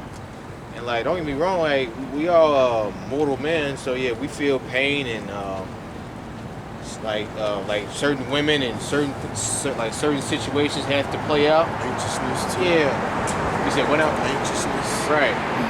And we want certain things to be a certain way, but hey, we got to put all that aside and just focus on the will of the Lord. You know. Shalakia, remember that Romans 8 and 18, man. Like that's a scripture that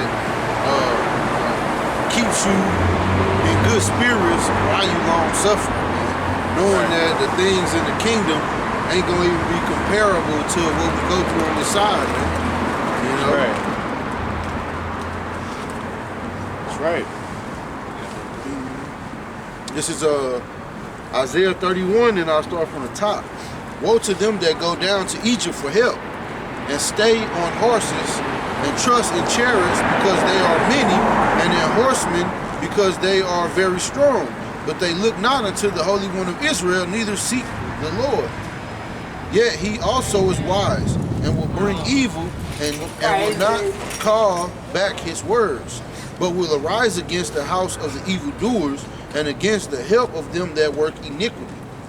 Now the Egyptians are men and not God, and their horses flesh and not spirit.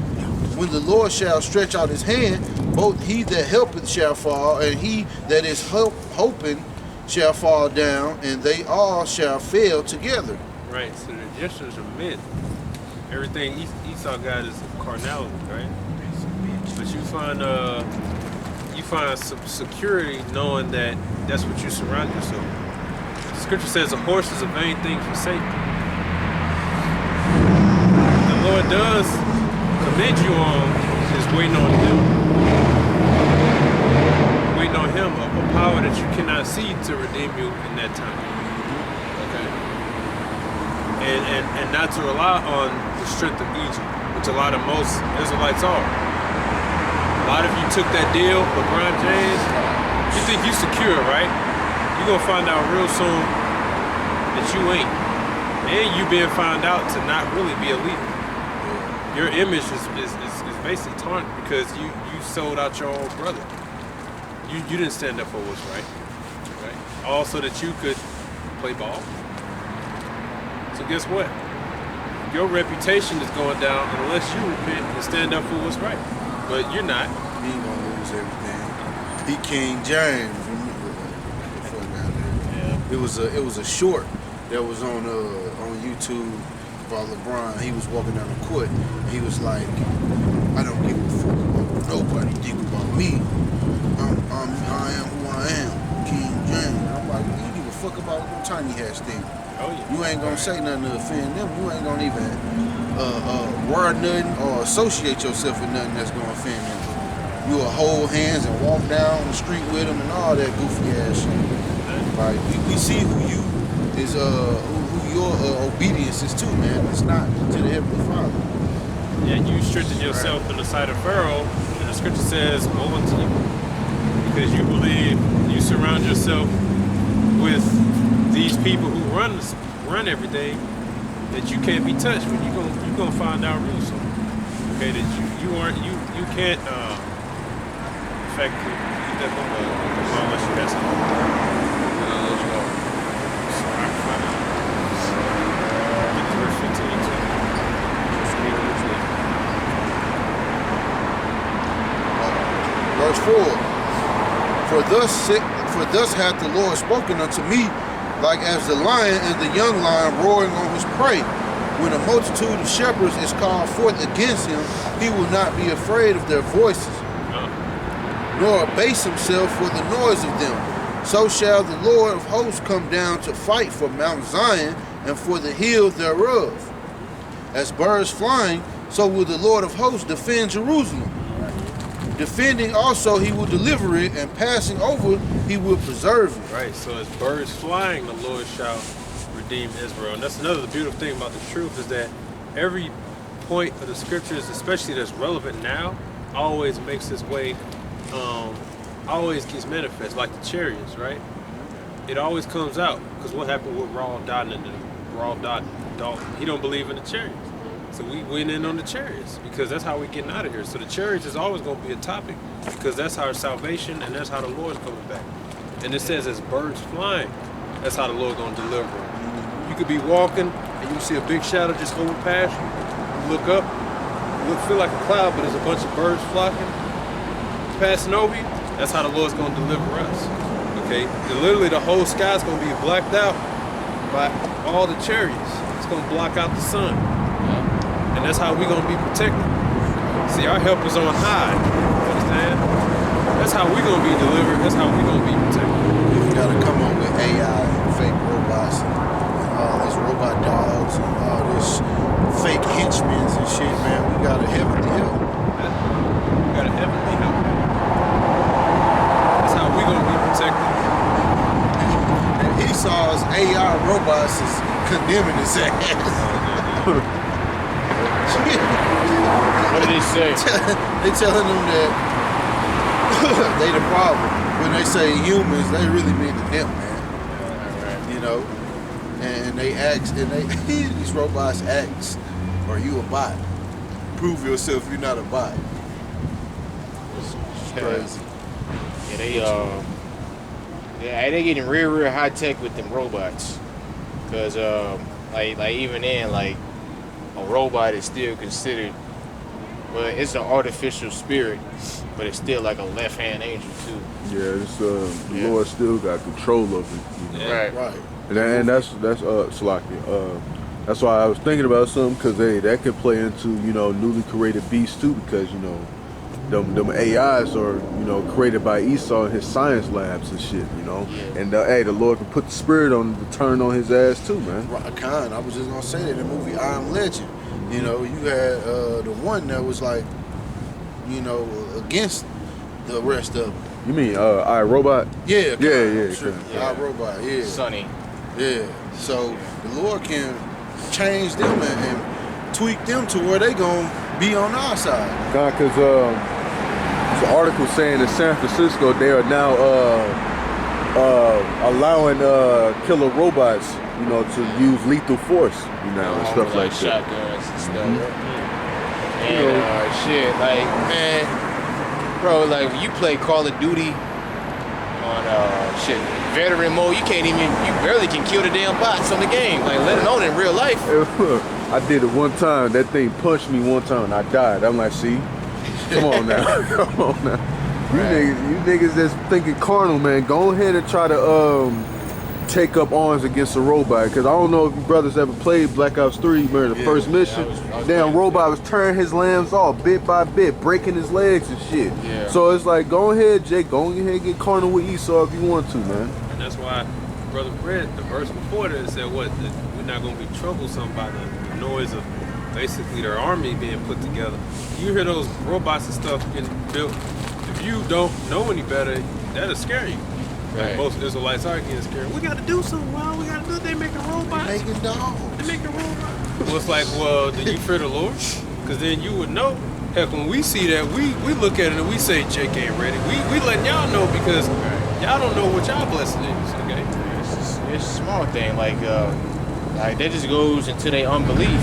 Look, the Lord put the spirit on one man to kill 1,000 Philistines with the jawbone of an ass. He can do that again, you know. So you gotta fathom how strong Samson was. He ripped the whole lion in half. What man on earth can do that right now?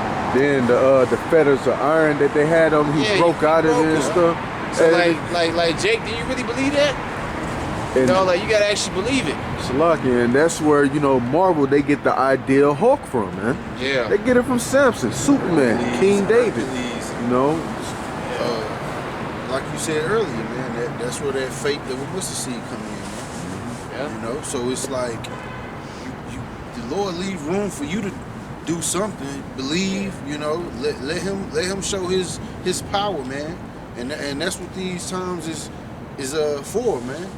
It seemed like ain't no way out. Hey, that's where the Lord come in. Yeah, that's another thing that Charles White said. He said, he said, show me a miracle. Like, show me your God. You wouldn't believe anyway, nigga. The Lord did it to his own people.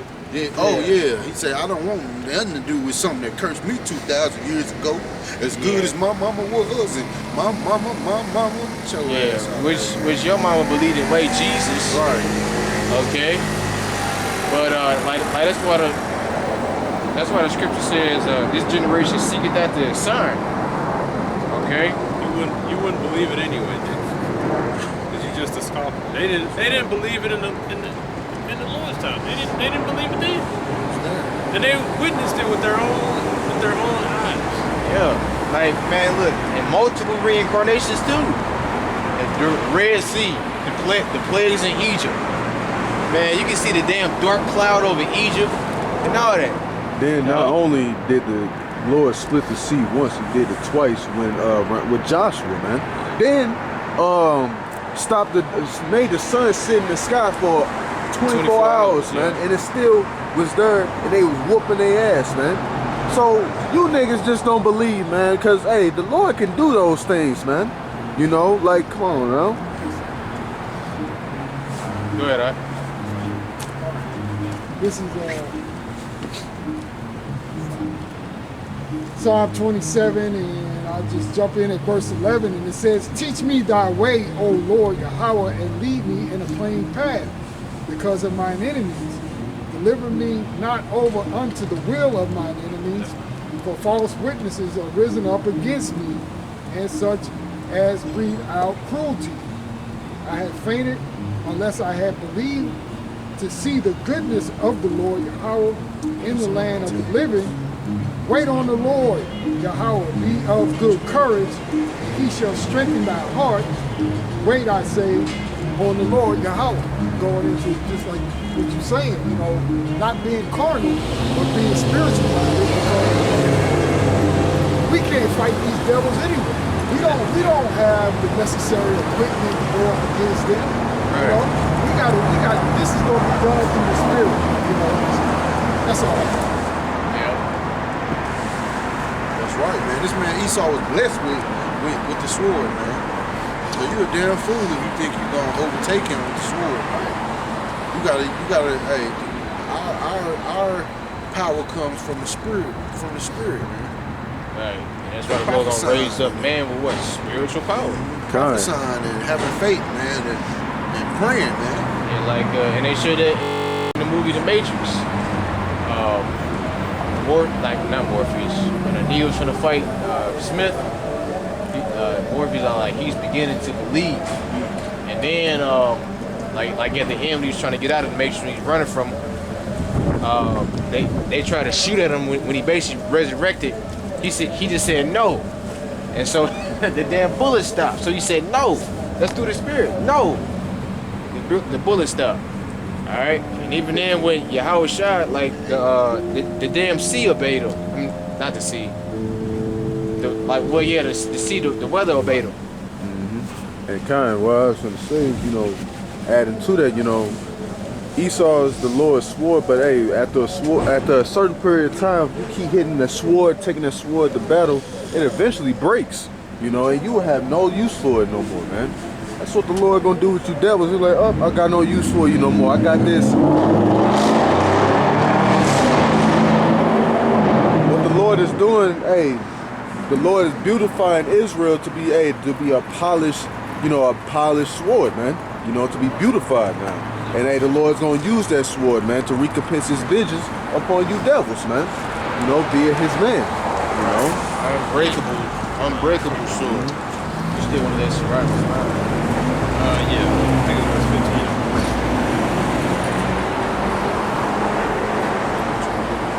15. It's Ecclesiastes 5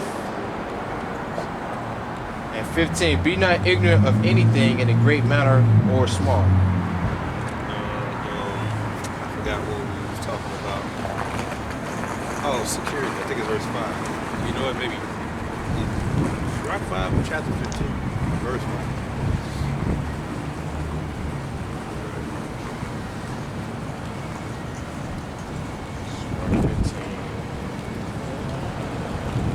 John 10. We're not off the world for Yeah, that's Sirach 5 and 7 right there.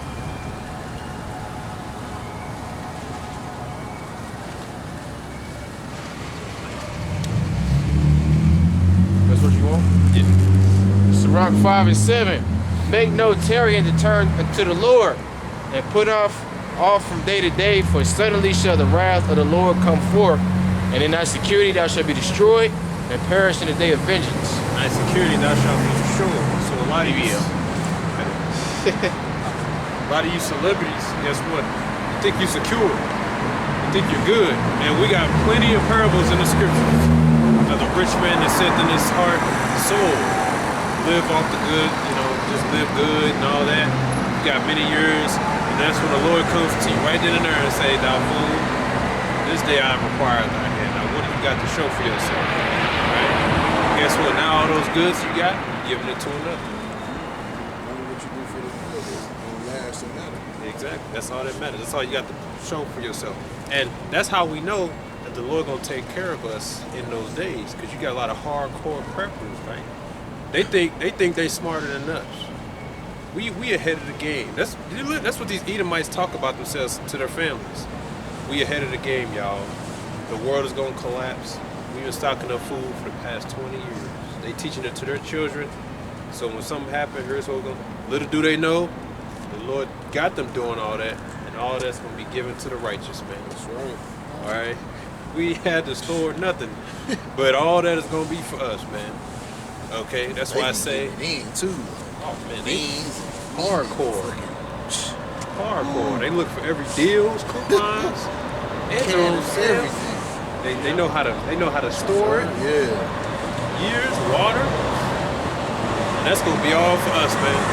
So like I say, just stock up some more on chicken. Yeah. Plenty of chicken. Yeah, chicken. Let's pork more chicken. Steak. That's by faith we believe it. If you move with fear, that's gonna be how you move, right? You're gonna see the robots and you're gonna be panicking. You're gonna be thinking about learning guns and going to the gun range, loading up more, you know what I'm saying? Get an army, not an army, but your own crew. Because you see that and then you like, I gotta do something. That's what you know what happens when we see it, and we be like, yeah, that's why we need the Lord. Yeah, the Lord will show up. The Lord gonna have to protect us because look what this devil got. We can't compete with that He'll shit. show up. You know, this devil's all about taking you motherfuckers out without putting a human present. You know what I'm saying? This is what they plan on doing. Yes, those movies about the dystopian, you know, the Elysium, where you got to report to robots, and the robots watching over you, and they the police. First thing they did, Matt Damon, they kicked his ass. You know what I'm saying? He made a joke to him. He was like, "Nigga, get your ass." They put his ass on the ground, and then he had to report to a damn robot. You know, that's what they want to do. And then with the baton hit his ass. Bam. You know what I'm saying? Yeah, they want to do that to your ass. Esau gets off on that shit, and we gonna need the Lord in that thing. You know. So a lot of you maybe what about the food? So a lot of you believe in stocking. Not saying that stocking is wicked. You know what I'm saying? But it's what are you driven by that? Is it fear? Right. Or is it you being wise? Because the Lord will make opportunity for you to stock up if you can. Too many instances in the scriptures, man, where he provided for our people, man. Exactly. Gave them quail, gave them manna. You know, he made Joshua to be fed by ravens, man. Like, hey, all these Elijah, Salaki, I don't know what I'm saying, Joshua. And then got fed by an angel too. You know, they all these spirits out here answer to the Heavenly Father, man.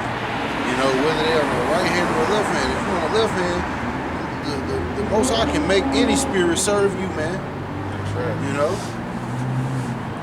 This is Proverbs 13 and 22. A good man leaveth an inheritance to his children's children, and the wealth of the sinner is laid up for the just. That is. There's many scriptures on that. That's right. So we not worried. Just like when Abraham, when he took Isaac out there, guess what? The Lord already had a ram prepared for him, man. All ready to make a sacrifice. The Lord already got us secure. However it's going to be, he got us in that day. You have to believe it. Okay? You have to believe it. If you don't believe it, you're going to fold. You're going to take the chip because you're going to believe that going to that job of yours is the only way you can provide. And what a lot of you don't get is those excuses you go make have already been dealt with. The number one, I got a family. You don't think the Lord knew that before he made the prophecy? You don't think the Lord know that we got families? Huh? You don't think he could provide? You don't think he could provide for you? You think you the only one that could bring home the money and the bread to the table? You don't think the Lord can do that? But the Lord gave me this child. See, all them excuses ain't gonna fly because we literally gonna cover all of it. What happened to that military guy who was talking tough when they forced the jab? He like, I ain't taking it. The next thing you know, hey man, they talking about taking away ranks. All I gotta say is I got a family, man, and I ain't going out like that. So I'm just gonna be. What he said? He said, I'm just gonna be like the rest of. Hey, how you say? He said, I'm gonna turn into the zombie like the rest of them. Yeah, like the rest of us, man. Cause I'm like, that's all it took for them to say. Soft, You can lose a rank, soft ass nigga, man. bro. Like the brothers in Dallas, whole ass nigga. Yeah. That's all it took, man. Because the first thing they said was your money could be affected. That's all they said. BBL, and then your ass folded, man. Just that quick. Cause you was the one big. I ain't getting it. Tough with Next thing you know, all I gotta say is, man, I got a family, man. I was cracking up, man. And then what happened? Yeah. They come back and say that they really can't force you to do it. That all that shit didn't mean nothing. None of it worked. You still could catch it. Oh, they played you, motherfucker. Pulled your card. Just got a quick one. Mark 9 and 23. Yahweh shall said unto him, if thou canst believe, all things are possible to him that believeth. No. So all things are possible to him that believeth. Because Yahweh was casting out that demon from that young boy. And yeah, like the demon was like throwing him in water and fire and stuff. And foaming at the mouth and all that. And Lord said you gotta believe that all things are possible. And we coming into a time where the Lord is gonna test your faith. Okay? And a lot of our people, they just gonna fold. They're like, oh, I'm like, damn, I ain't ate in a few days. I might as well just go ahead and just take that Karagma. Do that when you got grass on the side. They like, I ain't gonna get no, I ain't gonna eat no bug. You eat pork, But, motherfucker. yeah, so but the same person that said it eats shrimp, which is a bug, a damn roach. an underwater bug, Unclean one. Yeah. an unclean one. At that. Hey, a lot of Israelites gonna fold just start being labeled a hate group. Bro. Oh yeah. They don't like it. The Lord Yeah, talked like- about it. Yeah. Yeah, it's like they can't stand the idea of them being labeled something false. They go think it's like, look, I am not in the hate group. Yeah, I understand you can be mad, but they gonna do it though. That's what I'm saying. They call you black. They call you black. So, but a lot of Israelites gonna be like, I can't associate myself with this no more because I'm being labeled something that I know I'm not, and that ain't right. But the Lord Himself was a righteous man, a man with no sin. He lost his life. You think you better? He walked as a sheep amongst doves. He had the power. There was nobody more capable of overthrowing a whole goddamn empire with just one prayer. And he still lost his life. He was talking to Pontius Pilate himself. Are you the king of the Jews? He was like, as you said it. Right. And he was like, well, why you need to talk to me? I got the power to free you right now. He's like, no, you don't. He's like, you're doing everything the Lord said. And really, Pilate was supposed to let him go because he examined him thoroughly.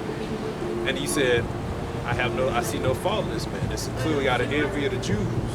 They just don't like the guy. So he was brought to the Roman persecutor, and even he had nothing over him, right? And he still lost his life. Showing you that as an Israelite, you're not exempt from that, man. Being labeled a terrorist or whatever, that's the least of your concern. Because you could be labeled that, but you can be saved. You may not have to lose your life. But because it's a possibility, you must be willing to accept that. So that's actually good. You being labeled something you're not, so what? So what? That's nothing. But you're going to have some, they don't like that. I can't be called that.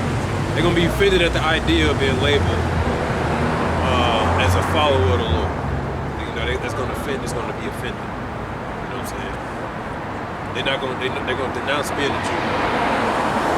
Just because of the animosity that comes with it. Right? Esau ain't even got to touch you. Just knowing, just you being labeled something, a lot of Israelites gonna fold in. Seeds amongst the stony place. No. Yeah, stony place. The sun came and scorched it. Fear of persecution. You said, I ain't with that, man. They want to be here and be comfortable still. They want to be here and be comfortable. You got that. This is John 10 and 19. And it reads, there was a division therefore again among the Jews for these sayings. And many of them said, he hath a devil, and he is mad. Why hear ye him? Others said, these are not the words of him that hath a devil.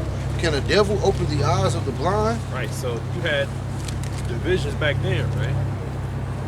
So showing you that just because you do a miracle, a nigga ain't gonna believe. Okay?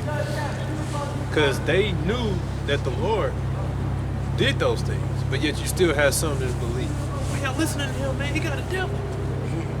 Okay, but can the devil really heal the blind? We got testimonies of people being healed by this man. The Lord can do this except the man come. And they still didn't want to believe.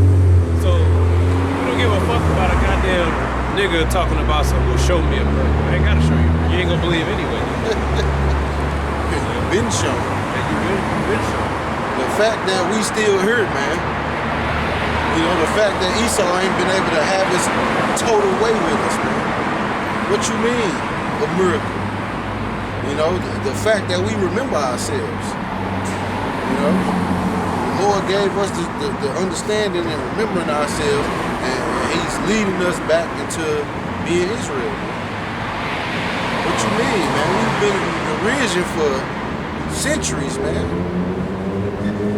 This just how you know this man is set up. And these naysayers just, you know, they don't want to see a beautiful thing coming to fruition because they wanna keep their master happy. They wanna keep enjoying the bullshit of this place.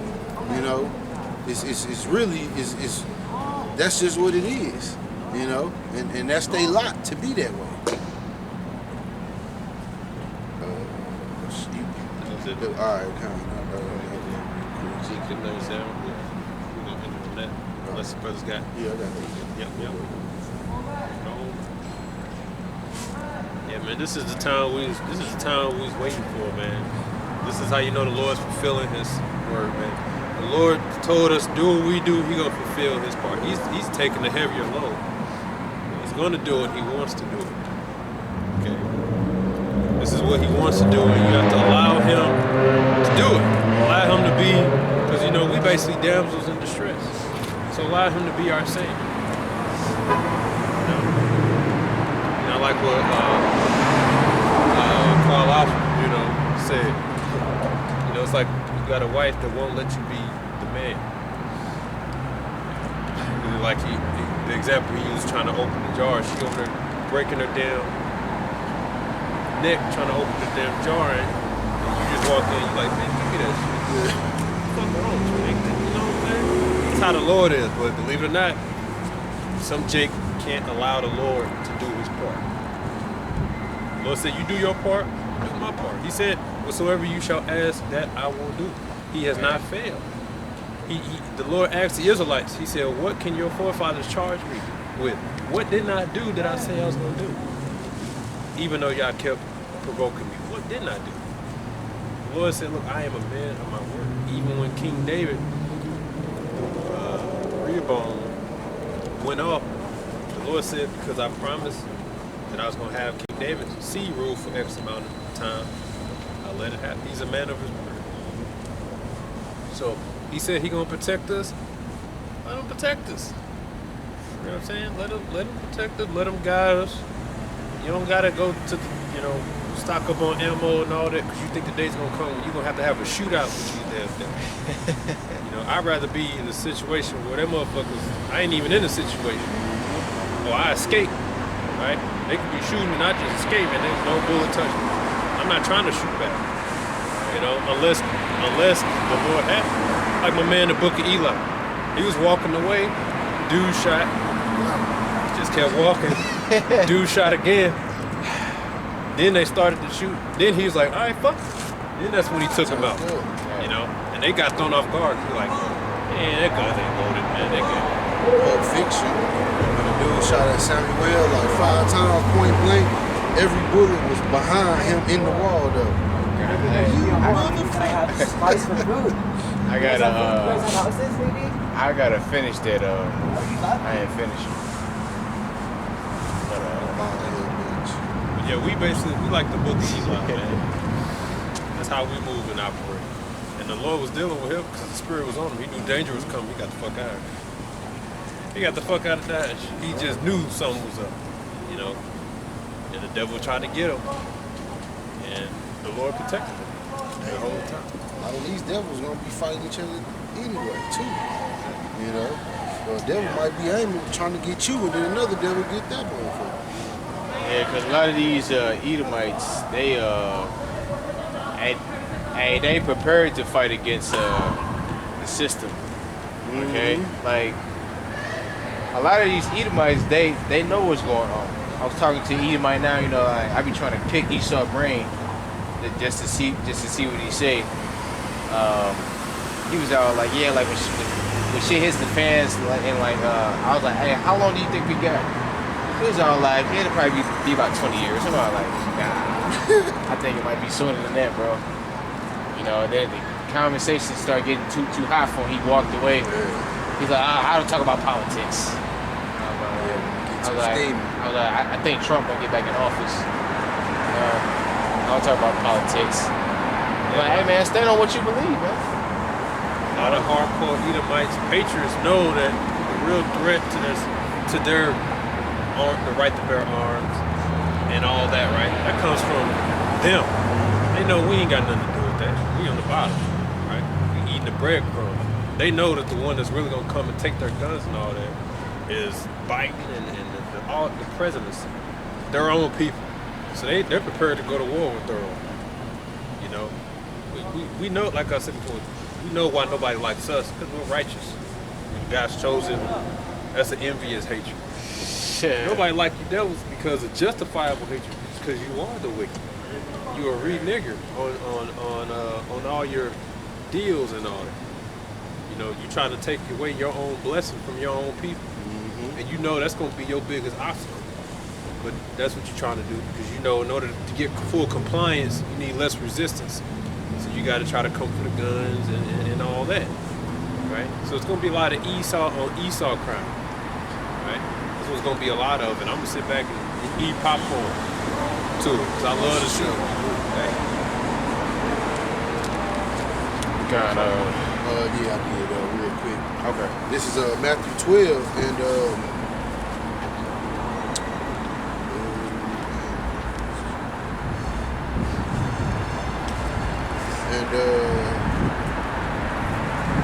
and 22. I started at 22. Then was brought unto him one possessed with the devil, blind and dumb, and he healed him, insomuch that the blind and dumb doth spake and saw. And all the people were amazed and said, "Is this the son of David?" But when the Pharisees heard it, Salakia heard it, they said, "This fellow doth not cast out devils, but by Beelzebub, the prince of the devils."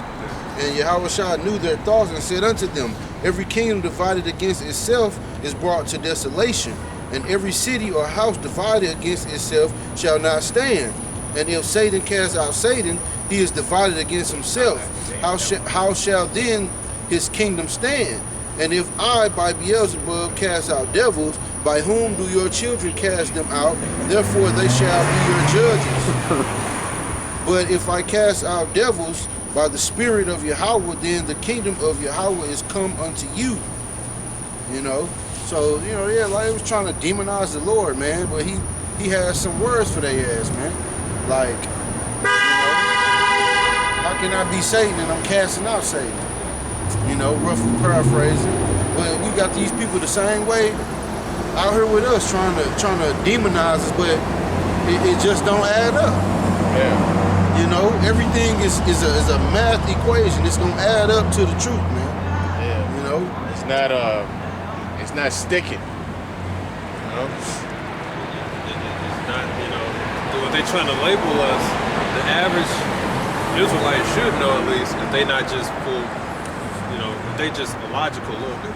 They should know at least to be like, look, I don't agree with them, but I know one thing, they not on that stuff, because we've been around for many years. It's nothing new. And some, to be honest, some just want us out the way. You had that black woman who, she did a video and she said, "Now I know y'all gonna talk about how I look and my hair. So bitch, you've been juked before. you know whose side you on, you know what I'm saying? So yeah, we're gonna get on you because you're trying to stand in the way. Why you trying to stand in the way, right? Of us teaching us who our people are, why you got your blind wig on, right? Because you know whose side you're on. You know, you have every week you have Edomites happy to see us, happy to you know wish us well, or come and sell, you know, have gloves or whatever for us or something. You know what I'm saying? Like, watch out, man. You just wasting your damn time. Bro, they could take the footage of last week. What we did, that was out of genuine love. You know what I'm saying? But And he stayed and received it, you know. So you see, that's the beauty of it. When you follow the Lord's program, it comes to light because you're blameless, right? So they can't say nothing evil to the point you're gonna have other people coming to your defense, showing you they like, look, there ain't nothing wrong with them guys. I vouch for those guys. Remember that damn demon that was up here trying to fucking start shit and all this, and the Irish Jake woman that come up, but she looked like Edith, but she came up, get the fuck back away from that one. She was like, ran her ass up the street like. People don't be doing that for somebody who is a bad apple, man. Nobody gonna even fucking put their neck out for that. We've had the cops come up to Brothers Camp. You have Edomite civilians come and be like, no, that ain't happen. That happened to us. Back when we was on the loop and them guys, dudes was tripping. The damn Edomite, and that we was literally screaming, "Oh, you people, you white people, that we said that loud, right?" But yet, even when the cops came, they came across the street to say they the trouble starters, not us. I said, "Hey, that," and we was literally yelling, "All you people are the devil." I remember that. And like the whole ministry, like when you look at the scriptures and how they treated the prophets in the ancient world, it's like, man, we got it easy compared to what they went through. You know, throwing Jeremiah in a muddy pit and all that. Stoning. Getting stoned, beheaded. They stoned stoned Stephen, and they beheaded John the Baptist. Okay? And one of the apostles got crucified upside down. I think that was Peter, right? It's fucked up. You know, so that's why, hey, that's comes with this truth, you know, Yeah. for a good cause. Yeah, like basically, like I forgot what I saw it from, but it was this Edomite. He died upside down. Like basically, like your blood rushes to your head, and your brain starts to shut down because it's just too much pressure, like in your brain, and because like your body got to work basically upside down to pump the blood. You know, like basically gravity do everything. So yeah, that's pretty much a slow and painful death. And you lose feeling in your feet because the blood is staying at the top part of your body. And then, Because your heart got to work harder to try to push the blood throughout your body. So yeah, that's a horrible way to die. and then how Yahweh Shai was crucified, that's a bad way to go out too, you know, and that's a gruesome death, man. And you damn Romans that was there, man. Hey, man, the Lord got a special kind of judgment played out for y'all. Y'all probably might end up being Yahweh Shai's slaves, man. You know, most definitely will be his slaves. He probably gonna torture y'all ass every day, every night, man, for that. Because, man, I was watching the video just like, you know, being crucified. When you hanging on up like that, you know, your body is getting pulled down and stuff, and it's getting hard for you to breathe and stuff. So technically, you suffocating while you also, you know, up there, man. And you got the nails in your hand, and you feeling the pain. So, man, damn right, Yahweh Shai gonna come back pissed, man. You know? He's in line. Said, I will not meet thee as a man. That's right. So Good time. you wanna fight Esau, you gonna get that fight. And you gonna fight. Lord gonna make 'em fight. Though they will fear, yes, they durst fight. You got the 37. Let me start from where I left off. Yes. I know how to buy my own food, and I don't need no clothes that your other son might want. Bitch! Must be talking about this woman. Nigga, I was Christian at first. Right now, goddamn, I need my goddamn word. Now that's what I said. This is Ezekiel 37, and start back from 8. And when I beheld, lo, the sinews and the flesh came up upon them, and the skin covered them above, but there was no breath in them. Then he said unto me, prophesy unto the wind, prophesy, son of man, and say to the wind, thus said the Lord God, come from the four winds, O breath, and breathe upon these slain that they may live. So I prophesied as he commanded me, and the breath came into them, and they lived and stood upon their feet, an exceedingly great army. Then he said unto me, son of man, these bones are the whole house of Israel. Behold, they say our bones are dried, and our hope is lost. We are cut off for our parts.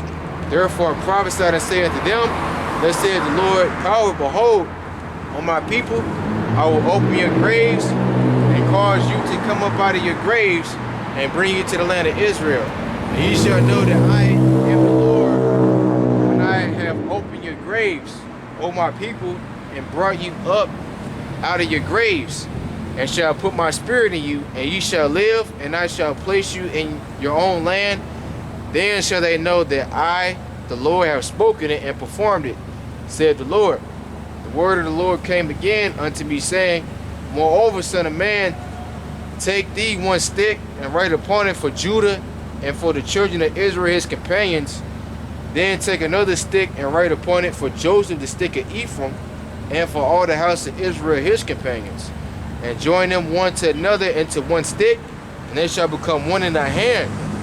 And when the children of thy people shall speak unto thee, saying, What shall I? Saying, Will thou not show us what thou meanest by these? Saying unto them, Thus saith the Lord God, Behold, I will take the stick of Joseph, which is in the hand of Ephraim, and the tribes of Israel his fellows, and will put them with him, even the stick of Judah, and make them one stick, and they shall be one in my hand. And the sticks whereon thou writest shall be in thy hand before their eyes. Right, so that's a sign. The northern kingdom and the southern kingdom are going to be back one, and it's happening right now. Just like the temple is a spiritual temple that's being built, that consists of all the bricks and whatnot, of all the elect of the 144,000. All you got to do is read Revelation chapter 7. So this is all happening right now, and the fact that we had the Edomites acknowledge Latinos and Native Americans and others, proving to you that that even goes into the mixed multitude, which is also Israelites of other nations. They may not had a spirit to be called hunters, but they at least believed on the Lord from all four corners, and they were deemed to be saved. And a lot of them consist of families and children and women, mainly probably more women. We're gonna need wives, right? Yeah, exactly. So this is the prophecy come to pass because now they've acknowledged that it's not just a black thing. They still gonna call it that and probably just say, oh, they're affiliated with the black, but because I already got a label for black extremist identities and all that other stuff, radicalism, all that other stuff. But this shows you that now the world is knowing that the real victims of oppression are the Israelites, right? And that we are God's chosen people. And the more that they acknowledge, especially the Latin tribes, you can go into history on them and the persecution that the conquistadors have done to our people, and that you got to pay for that too. Like we even got Israelites in the Philippines, man. That was a beautiful thing to see. They basically a whole damn community over there, man. And they know it. They know that they Israelites, man. That's awesome. Okay, the damn Philippines, man. Come on, man. That's literally prophecy being fulfilled in every corner. The Lord is gonna redeem us all. I appreciate it. And they can, if it's like that, hey, you can pretty much keep more laws than we can over here in America. You know, because we wearing what, mixed fabrics and all that bullshit. And you know, we got to get our land from Ishmael or Esau, whoever. Tell them what they done did to us. Yeah, probably torture the damn sheep and all that. And we already see what was considered kosher meat in the damn, at least with damn Amalek. You don't know what the hell they do. Yeah. God. This is Book of Amos, chapter 9 and verse 11. In that day will I raise up the tabernacle of David that is fallen, and close up the breaches thereof, and I will raise up his ruins, and I will build it as in the days of old. Yeah. So, hey, you know, hey, the Lord is building up the house of David again, the house of Israel again, because, hey, we go coming back together, man. You got the northern tribe and the southern kingdom out there preaching and teaching the word, man. You know, and this devil, he's afraid of that because if I can get this in Revelation, I think it's Revelation 11. This is Revelation chapter 11 and verse 3. And the reason it says, and I will give power unto my 2 witnesses, and they shall prophesy 1,260 days clothed in sackcloth. And 2 witnesses talking about the southern kingdom and northern kingdom coming together, man, prophesying the downfall of these damn Edomites, man. And we are witnessing the downfall of these damn devils, man. And hey, and the Lord is making Where? it's bringing the breach, bringing that closing Feel that like breach using up, the stairs, man. you come that You way. know. You feel like That's using the it. elevator, you come my way.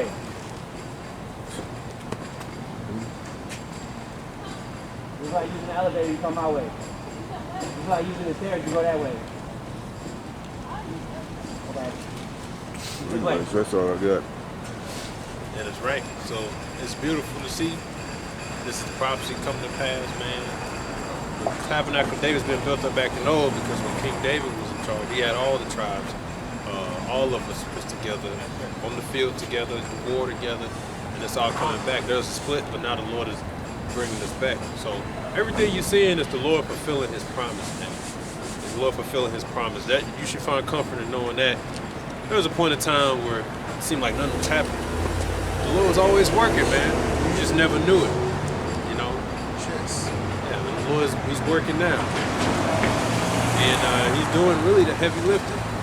So all you gotta do is stay in tune with these scriptures, learn, and just increasing your learning, man. The faith of man, before we know it, they're gonna start talking about the chip, man. They might start talking about it before the year ends. Only got what, like 30 days now. About less, over 30 days. And that's another thing. That's how you know the Lord. This year flew by, man. Flew Crazy, I was man. just cutting grass and shit. by. It literally flew by. And these people, they don't know why. But we know why. The Lord said it.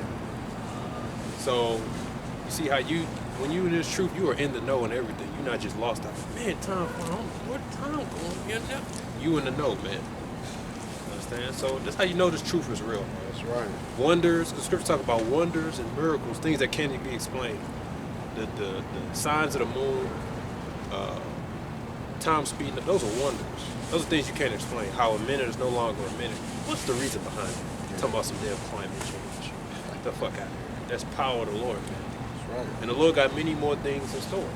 Many more revelations. Hopefully we get some Leviathan every now and then. You know what I'm saying? But hey, you know, it's just my little fantasy. The Lord got plenty more in store.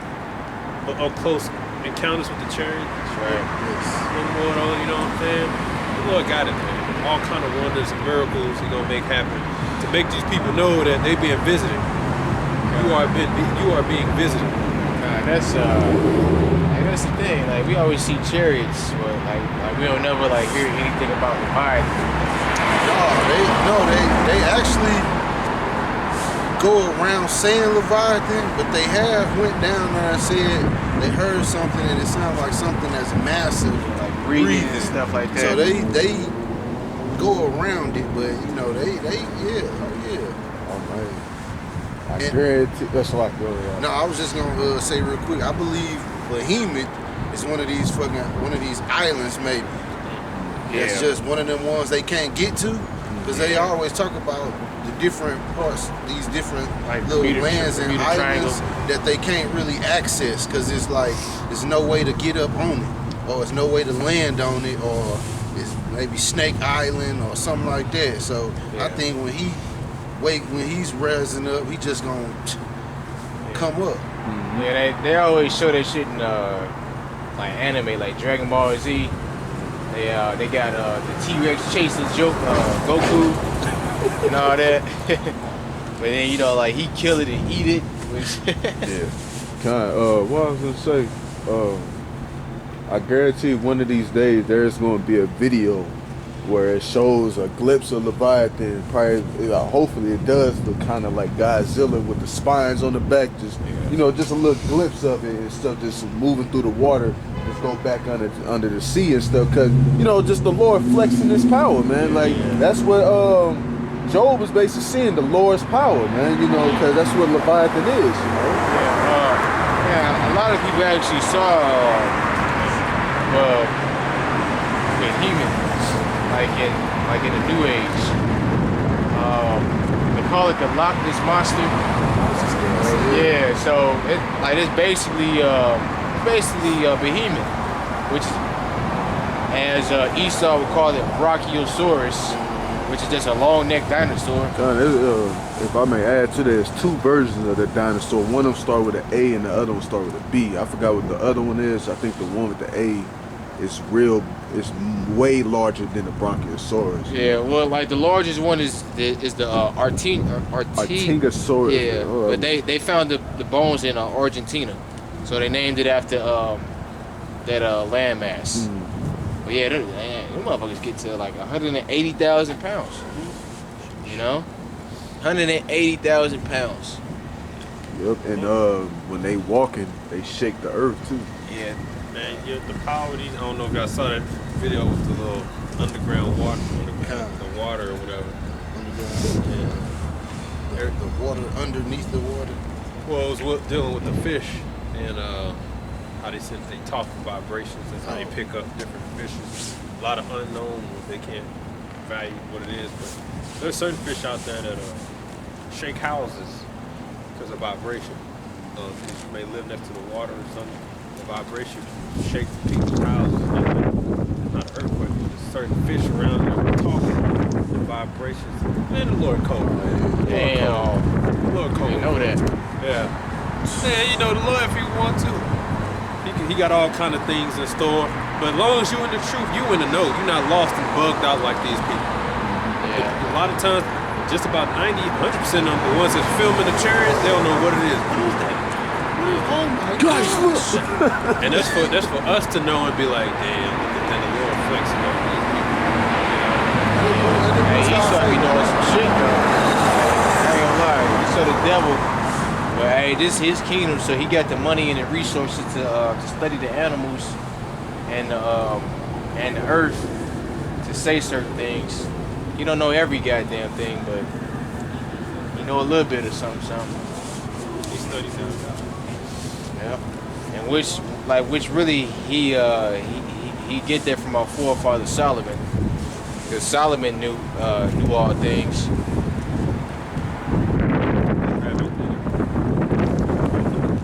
Well, yeah, kind of. So we're in the time of prophecy now. Like I said, all that happened in 1 week, and that was the topic of the week, right? Who knows what'll happen this week? Either way, things are constantly progressing. So, just stay in the scripture, stay in tune, man, so you can be in the know and be prepared for all that can come upon us. But we know that the Lord gonna take care of us, man. The Lord gonna take care of us. This is not the time to go back into the world. The time of celebrities, all that time is over with, man. It's time for the truth. It's time for the truth in the name of Yahweh Shah to be magnified. Right? So we hope we can learn something. So today we're gonna give all praises to Yahweh, by Hashem, Yahweh Shai, by Hashem, Kakwadash. And one is to our apostles, elders, Great Millstone, Kwam Yasharala, and the Bible. Bible.